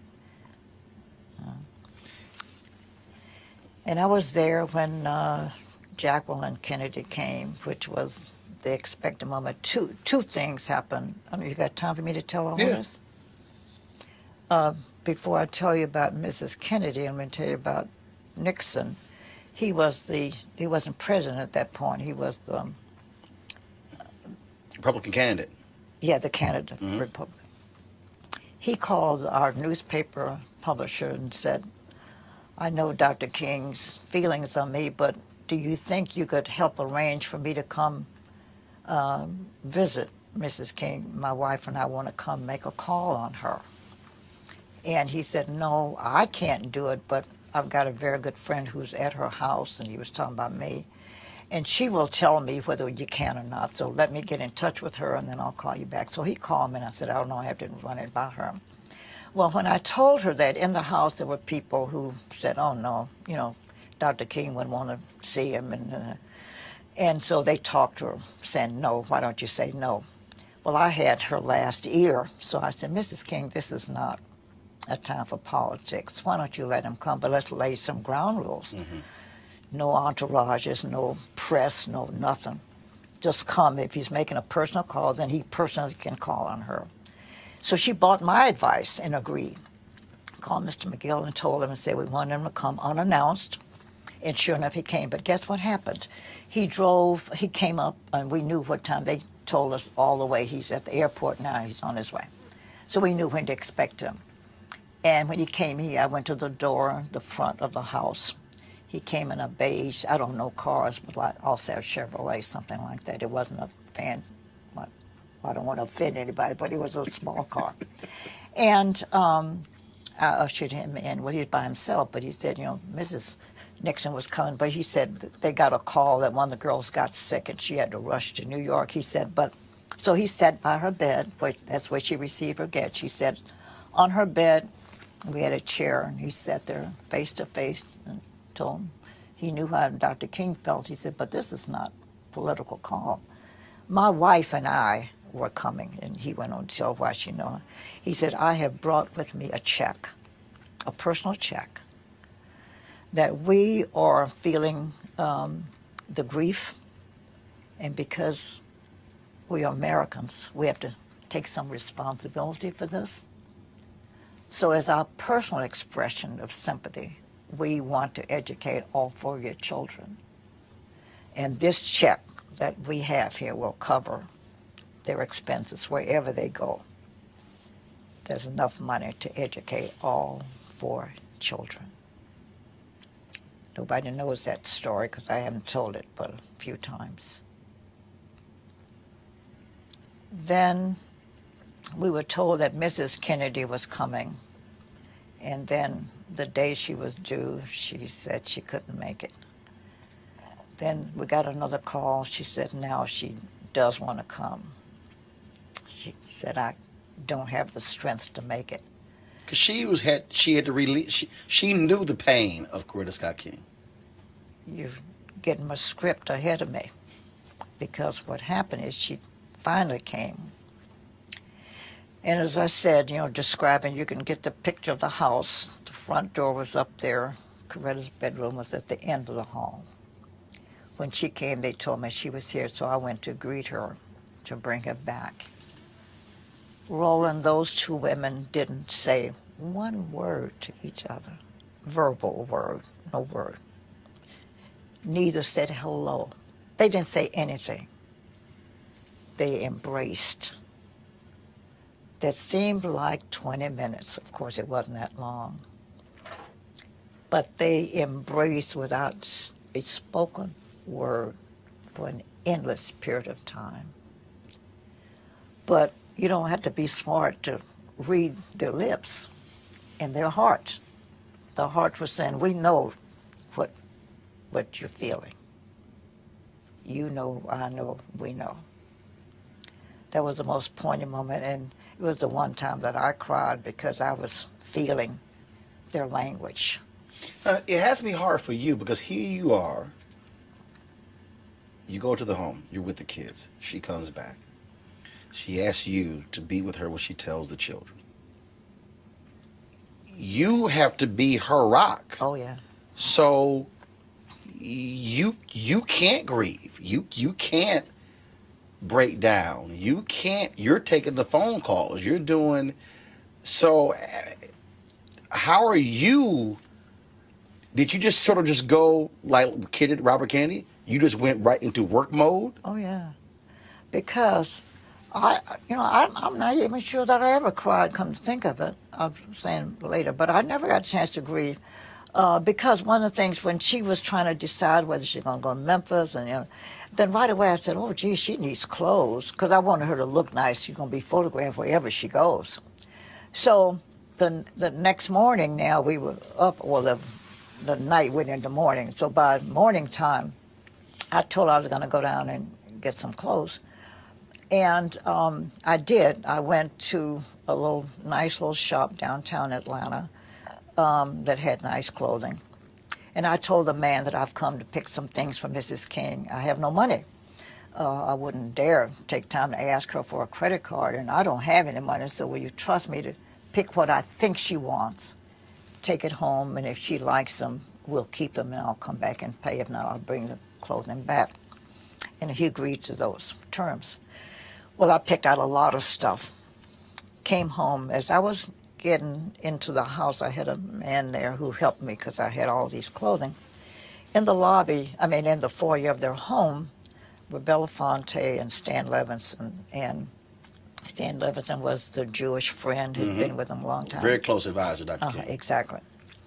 And said, what are you doing? I said, oh, I wanted to look nice, so I bought a lot of clothes. And I told them the story. I didn't have no money. And they said, well, we wanted to look nice, too, and we know you know what she would look good in. They both gave me a credit card. Said, here, we don't care what you buy. Buy what you think you want for her. Here are the cards to pay for them. So when I came home, when I saw her later on, after the people subsided, she looked at my stuff and liked everything I brought. And I said, oh, I can go back empty-handed. So I said, and I told her the story. I had money. Because she said, she'd give me her credit card. I said, oh, no, I got 2 credit cards. I went back, and guess what? The owner of the store said, you got a balance here? I thought he had lost his mind. I'm the same one who just left you with all your clothes. And he said to me, I've come to pay for them. He said, listen, I'm a white man in America.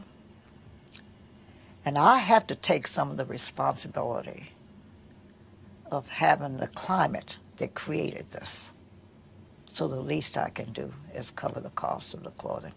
You have a zero balance. You know. And I had also designed her headdress. And I had gone down to our department store, which was Macy's at the time. And we had a laugh because they asked me what time was I coming. And I said, well, I don't know. I was so busy. I don't have a schedule. I don't know. He said, well, it doesn't matter. We'll stay here till you get here. The store closes at 5. So if you're not here, I said, can you find the back door? And I laughed. I said, I'm black. I know where all the back doors are. So he said, you leave the back door open. I can go up through the back door. Sure, if that's where, because the store was closed, I went through the back door and told the lady, this is what I think I want. I had never designed anything either, so I said, this is what I think I want. And so the lady agreed to, do it up. And I said, and don't stitch it, just kind of baste it. So, she's got to approve it, and she may not like it. And it was the time except for when the daughter came in and I saw her cry. She never shed a tear. That woman was just strong, making decisions and moving, never cried out after that. But when she tried on the headdress, then she looked in the mirror.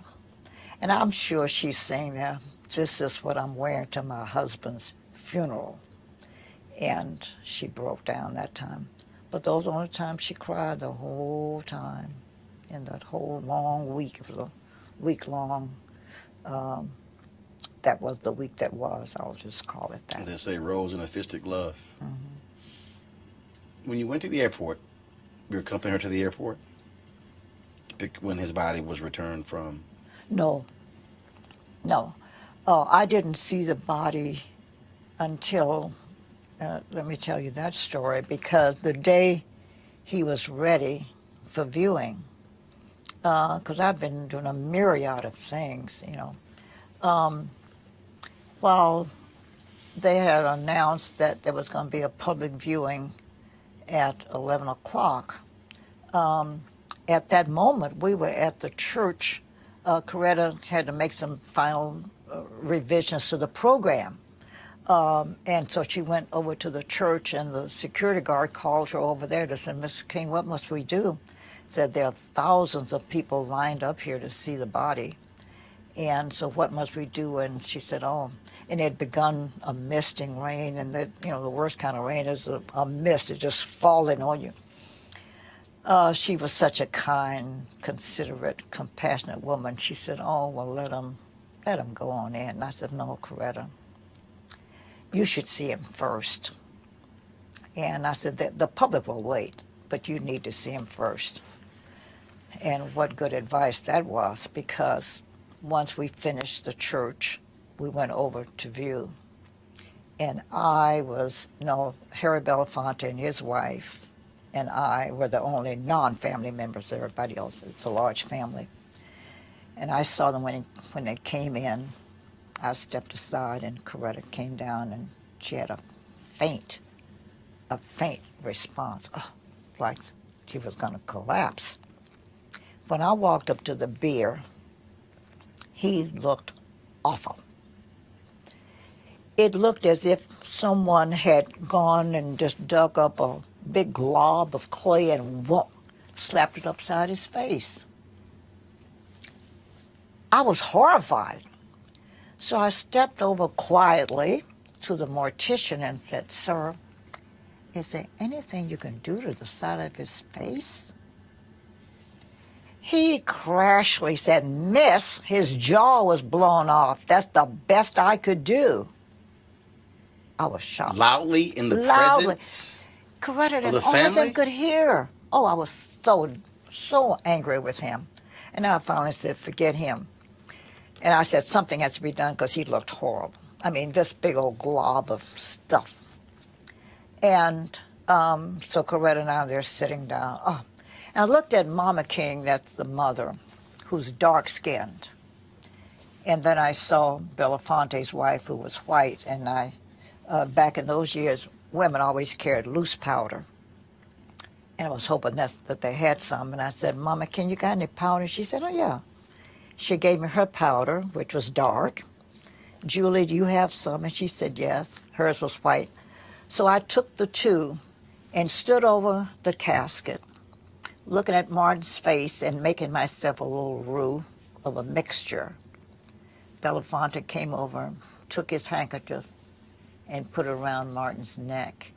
And so I'm dabbing to see what I've got here, trying to match the other side of his face to get a balance to it. And I finally got it. And Coretta smiled. And so I'm brushing the excess off of Martin's face. And Belafonte and I never knew what happened to the handkerchief. It was his handkerchief he had taken out of his pocket. And the excess, we folded it up. But he was to stay there till midnight, and then we were moving him to the church for another viewing at 3 a.m. And so I did it again because the body oxidizes with air. And so I went and did it again. So I did it 3 times before the actual funeral. How did you maintain that level of composure in those days after? Well, I saw a need, and I filled it. And I hear people describing me today. I think that's the way I am. I didn't feel anything except I was glad I thought of that. I didn't have any experience, so I don't know why I did it. I can't give you all those answers like what made me do it. I don't know. That's the only thing I could think of. I knew I needed to do something. I couldn't have this. Martin is somebody we love and we want him to look good. And incidentally, morticians from around the country, the National Association called me. The president of the National, Bob Miller from Chicago, very famous, said to me, "We are ready to come to Atlanta. All of us, if need be. We want him to look good. We want to come and process him. Can you get permission for us to come in?" And of course, I couldn't get permission because Daddy King was very loyal. This mortician had been a member of the church, and he didn't want him to deny him that opportunity. And I was sorry because the people who had real experience would have done a better job even than what I did. Mine was a makeshift stuff. They would have done him better from the beginning, And I remember that. But I didn't give it any thought. I didn't know what I was doing. There was no prerequisite for this. There was no book that tells you to do that, no recipe. I just did it, and it worked. Were you with her when Lerone Bennett came in and said, "Mrs. King, they're not going to let Ebony and Jet into the pool photography area to shoot the funeral"? And according to him, she said, send word. If Ebony is not allowed, no one will be allowed. That's right. Yes, I was. When you describe that, just because now we know without that, Monetta Sleep does not shoot that photo. That's right. And does not become the first African American to ever win a Pulitzer Prize. That's right. Well, but you know what? It was not unusual. I've been with Coretta in so many circumstances. That was just Coretta. That didn't even seem like it was a difficult decision. You know, we who are black believed in Johnson Publishing, Ebony and Jet, all that it represented. So I had something similar, you know, with the Trumpet Awards. They're going to monitor the press. The black press couldn't come in. Oh, just no way could that happen. You just knew that would not happen. So it was easy for her to say, no way. Oh, yeah, they're coming in here. And so, but to know her, that was not atypical either.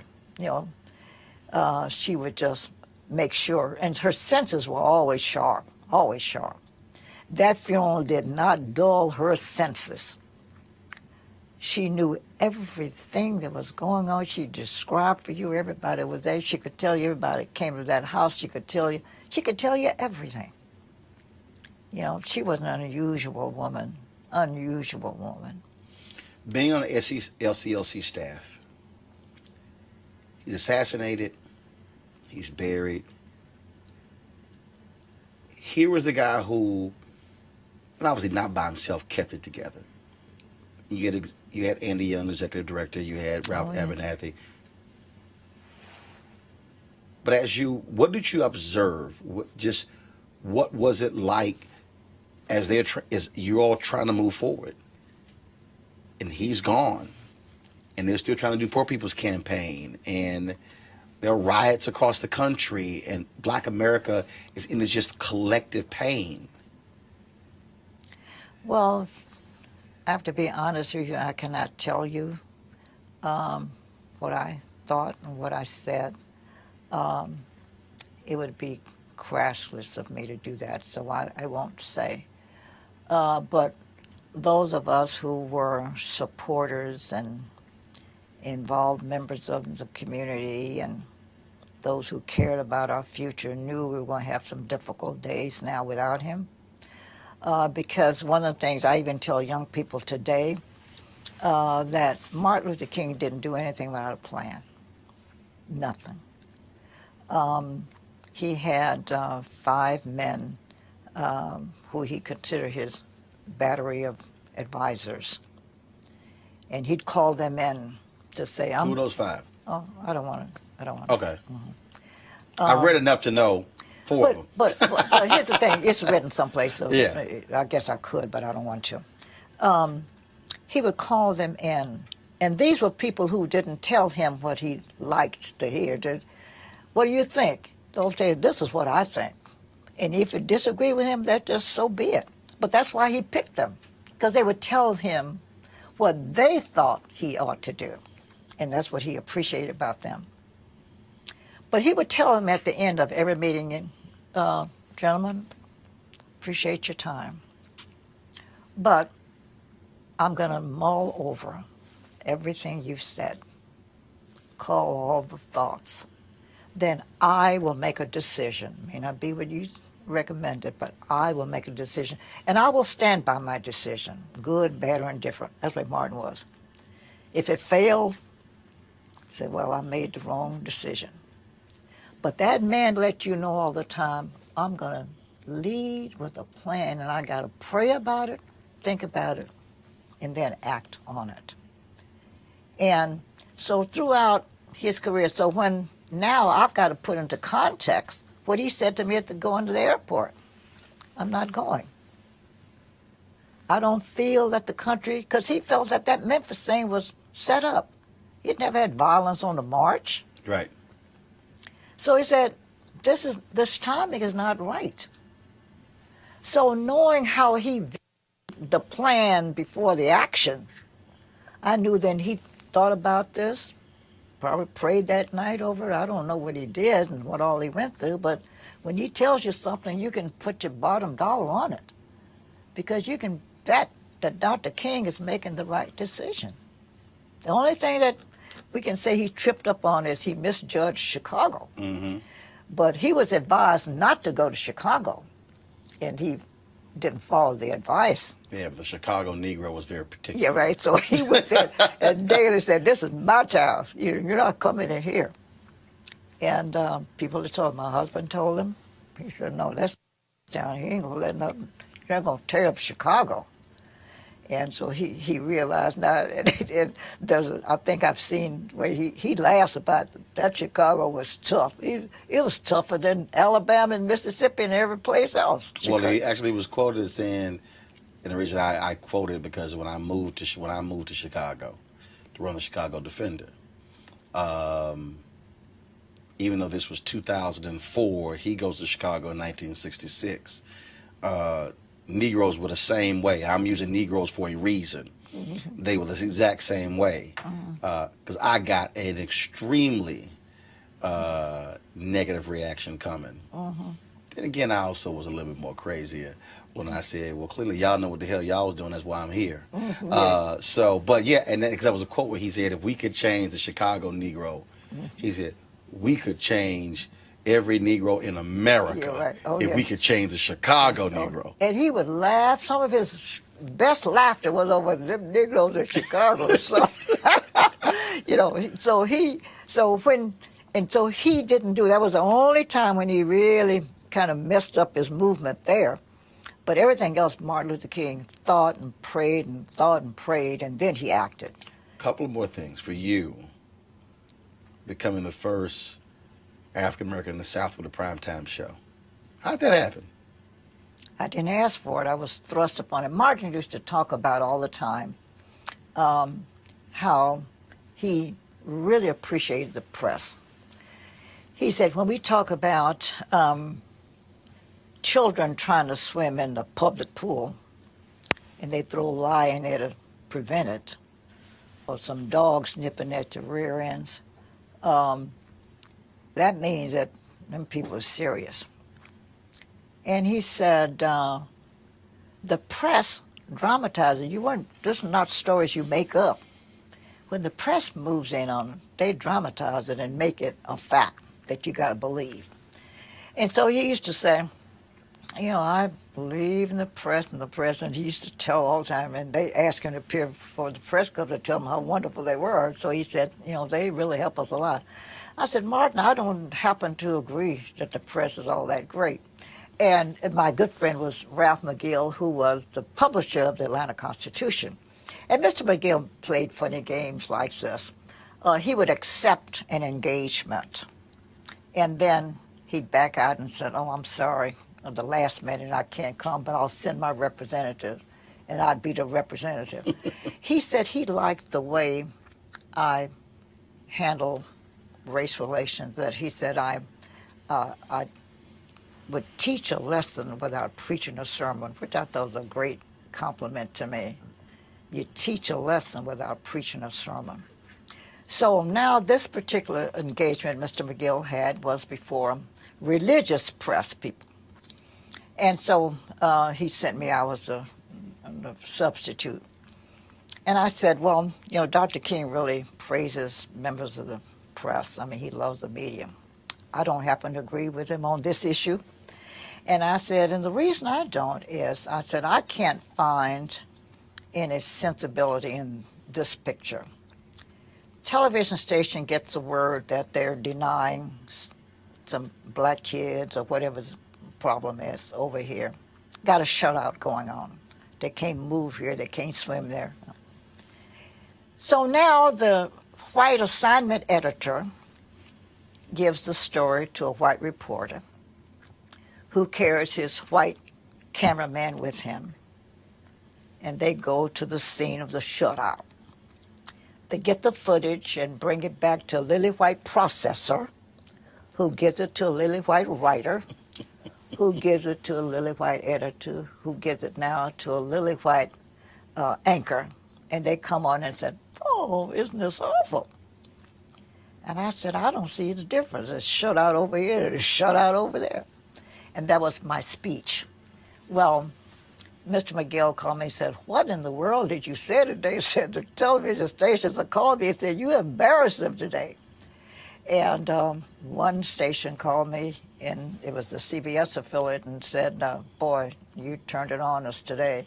But we'd like to take you to lunch, and I'll call Mr. McGill. Listen, if I'm not back by 1:30, put out APB on it, because they're taking me somewhere, I don't know where. But guess what? They said they had not thought of that, the way I dramatized that picture. They felt guilty. And they said, now we want to do something about it, and we need your help. And so I got in to help them, like, find somebody. But they decided that I was the one they wanted because I had already credibility and so forth. And they just said, we want you to help change the look of our station. So they threw me on TV. I didn't ask for it, but it gave them a lot of bragging rights. And then the white community embraced me immediately, and that made me an instant success. And so with success, you just move. And I was just reading an article, ran into an article where they were going to take me national after, 8 months because they said I was just a natural. I didn't use cue cards and stuff. Me, all you have to do is ask me, how are you? And I just talk. It was a talk show, so I just talk. Mm-hmm. Okay, I'm going to ask you about the Trumpet Awards, which was my last question. But I got to go back. How are you having dinner with the head of the KKK? I'm listed in the books now as the one who caused him to get out. He changed his own stripes, denounced the organization, and withdrew. And he was the Grand Dragon, which is the highest highest officer. But So what, did he call you? Well, let me tell you, we met because we meaning Atlanta, had one of those model cities programs, years ago, where you take 5 diverse communities and see if you can get them all to figure out how to live together or how they live separately, or what the living patterns ought to be. And so one of these communities was a white, kind of half-poor community, but all white. And Mr. Craig lived in that community. And so then they formed integrated, meaning all these 5 communities had representatives on a kind of a board. And then he the mayor, wanted me to run the board. And he said, but I got to tell you something, there's a Ku Kluxer who's a member of that board. And I said, well, I don't know what they look like anyway, so it won't. They don't have white sheets on. I don't know what a Klansman looks like. Well, I was already on television, so people knew me. And so they'd come up and shake hands. Well, Miss Clayton, glad to meet you, glad to have you part of this operation. And I said, and this one man came and gave me some fingertips instead of a handshake. Oh, that is he, I'm sure. But every day he came to my office, and we talk about crazy stuff. Well, without acting crazy with him, I just said, oh, Mr. Craig, how do you get such warped thinking? Then I found out he was a deacon in his church, and I found out he was chairman of the deacon board. And I said, the Grand Dragon of the KKK. Yeah. And a Baptist church, I said, well, listen, I'm a Baptist. What book do you all read? Mine doesn't say feed the hungry and clothe the naked only if they look like you. It doesn't say that in my book. What does your book say? Well, I kept on every day. We would talk. I didn't know he was going home telling his family, that Miss Clayton's a nice person. But people tell me he said it. He did. But I don't have time to tell you. But I'll just knock it down. Oh, Mr. Gray. But I said, let me ask you this. Now, in my church, the pastor is the head man. But that deacon is second to the pastor. And you're chairman of the board. How can you stand before that congregation with bigotry in your heart?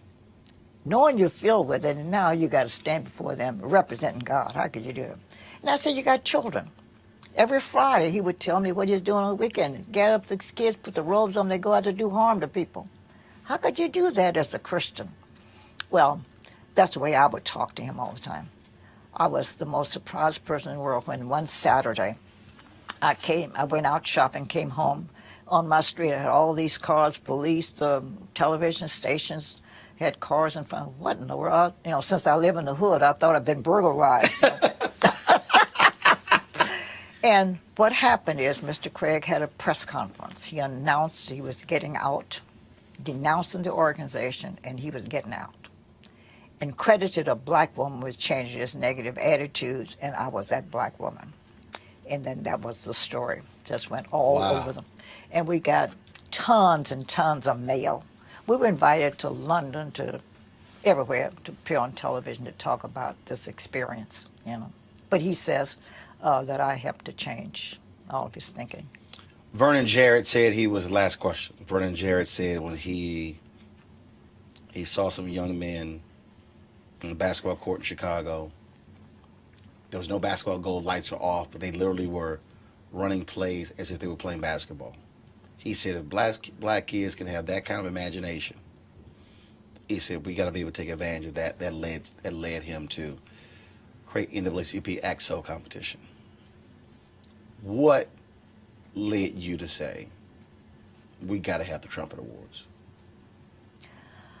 I was tired of seeing us on television acting like buffoons all the time. Never people would stand up and speak English. And I kept hearing in my ear and in my head ringing that Dr. King said he didn't think that all white people hated us, that if they knew us, you know, things would be different. And I said, you know what, they really don't know us. They don't know Charles Drew, a man who died because he couldn't get some of the blood he was saving for other folk. And so I said, here I am working at that time at the CNN operation. I had television at my disposal and a man who was sympathetic to the issues of the day. And I said, I think I can do something to help change these negative attitudes.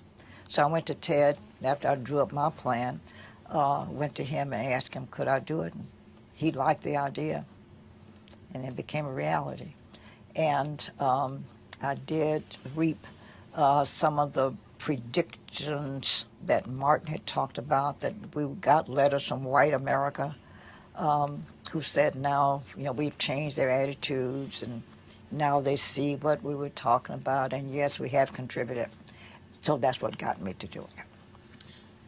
20, 30, 40 years from now, there's going to be a child in Atlanta, a child in Chicago, LA, somewhere.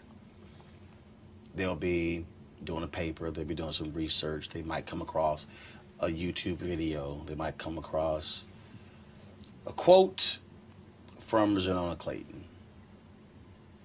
What do you want that child, and I ain't born yet, to know about you? Well, at first, wherever I am, I hope I'm upstairs there somewhere. Ordering folks around. Yeah. Well, I have to be in charge. You know. First, I'd hope that they would, my name would be somewhere, because I'm not sure it will. People, when you die, when they say you die, and they forget you. But I'd like to think, and I would hope they would say, that I acted like a Christian, and I was a good patriot. I believe that we're going to have a great America, because I believe that people basically are good. And my hopes are strong that we are going to have this great America. And I hope that I help change some negative attitudes somewhere along the way. I got one I can claim. You know, Calvin Craig puts me in a good shape. And I do feed the hungry and clothe the naked, because that's part of the Christian duty. So I hope that somebody will see in those actions that maybe I was a pretty good person to have lived around, if they could have lived with me, that I'm a good person and I was worth knowing. Well, of course you're worth knowing. It was great to know you. And I belong here. There you go. Mm-hmm. It's always good to see you. My pleasure. I appreciate it. Love you. Love you as well. Mm-hmm. Hey fam, want to check out Roland Martin Unfiltered, the blackest show on all of digital, cable, and broadcast. Check out our audio podcast. There's only one daily digital show out here that keeps it black and keep it real. It's Roland Martin Unfiltered. Press play. You want to check out Roland Martin Unfiltered? YouTube.com/Roland S. Martin. And subscribe to our YouTube channel. There's only one daily digital show out here that keeps it black and keep it real. It's Roland Martin Unfiltered. See that name right there?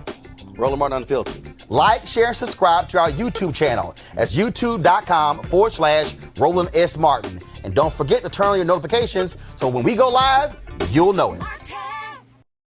You want to support Roland Martin Unfiltered? Be sure to join our Bring the Funk fan club. Every dollar that you give to us supports our daily digital show. There's only one daily digital show out here that keeps it black and keep it real. It's Roland Martin Unfiltered. Support the Roland Martin Unfiltered daily digital show by going to RolandMartinUnfiltered.com. Our goal is to get 20,000 of our fans contributing $50 each for the whole year. You can make this possible. RolandMartinUnfiltered.com.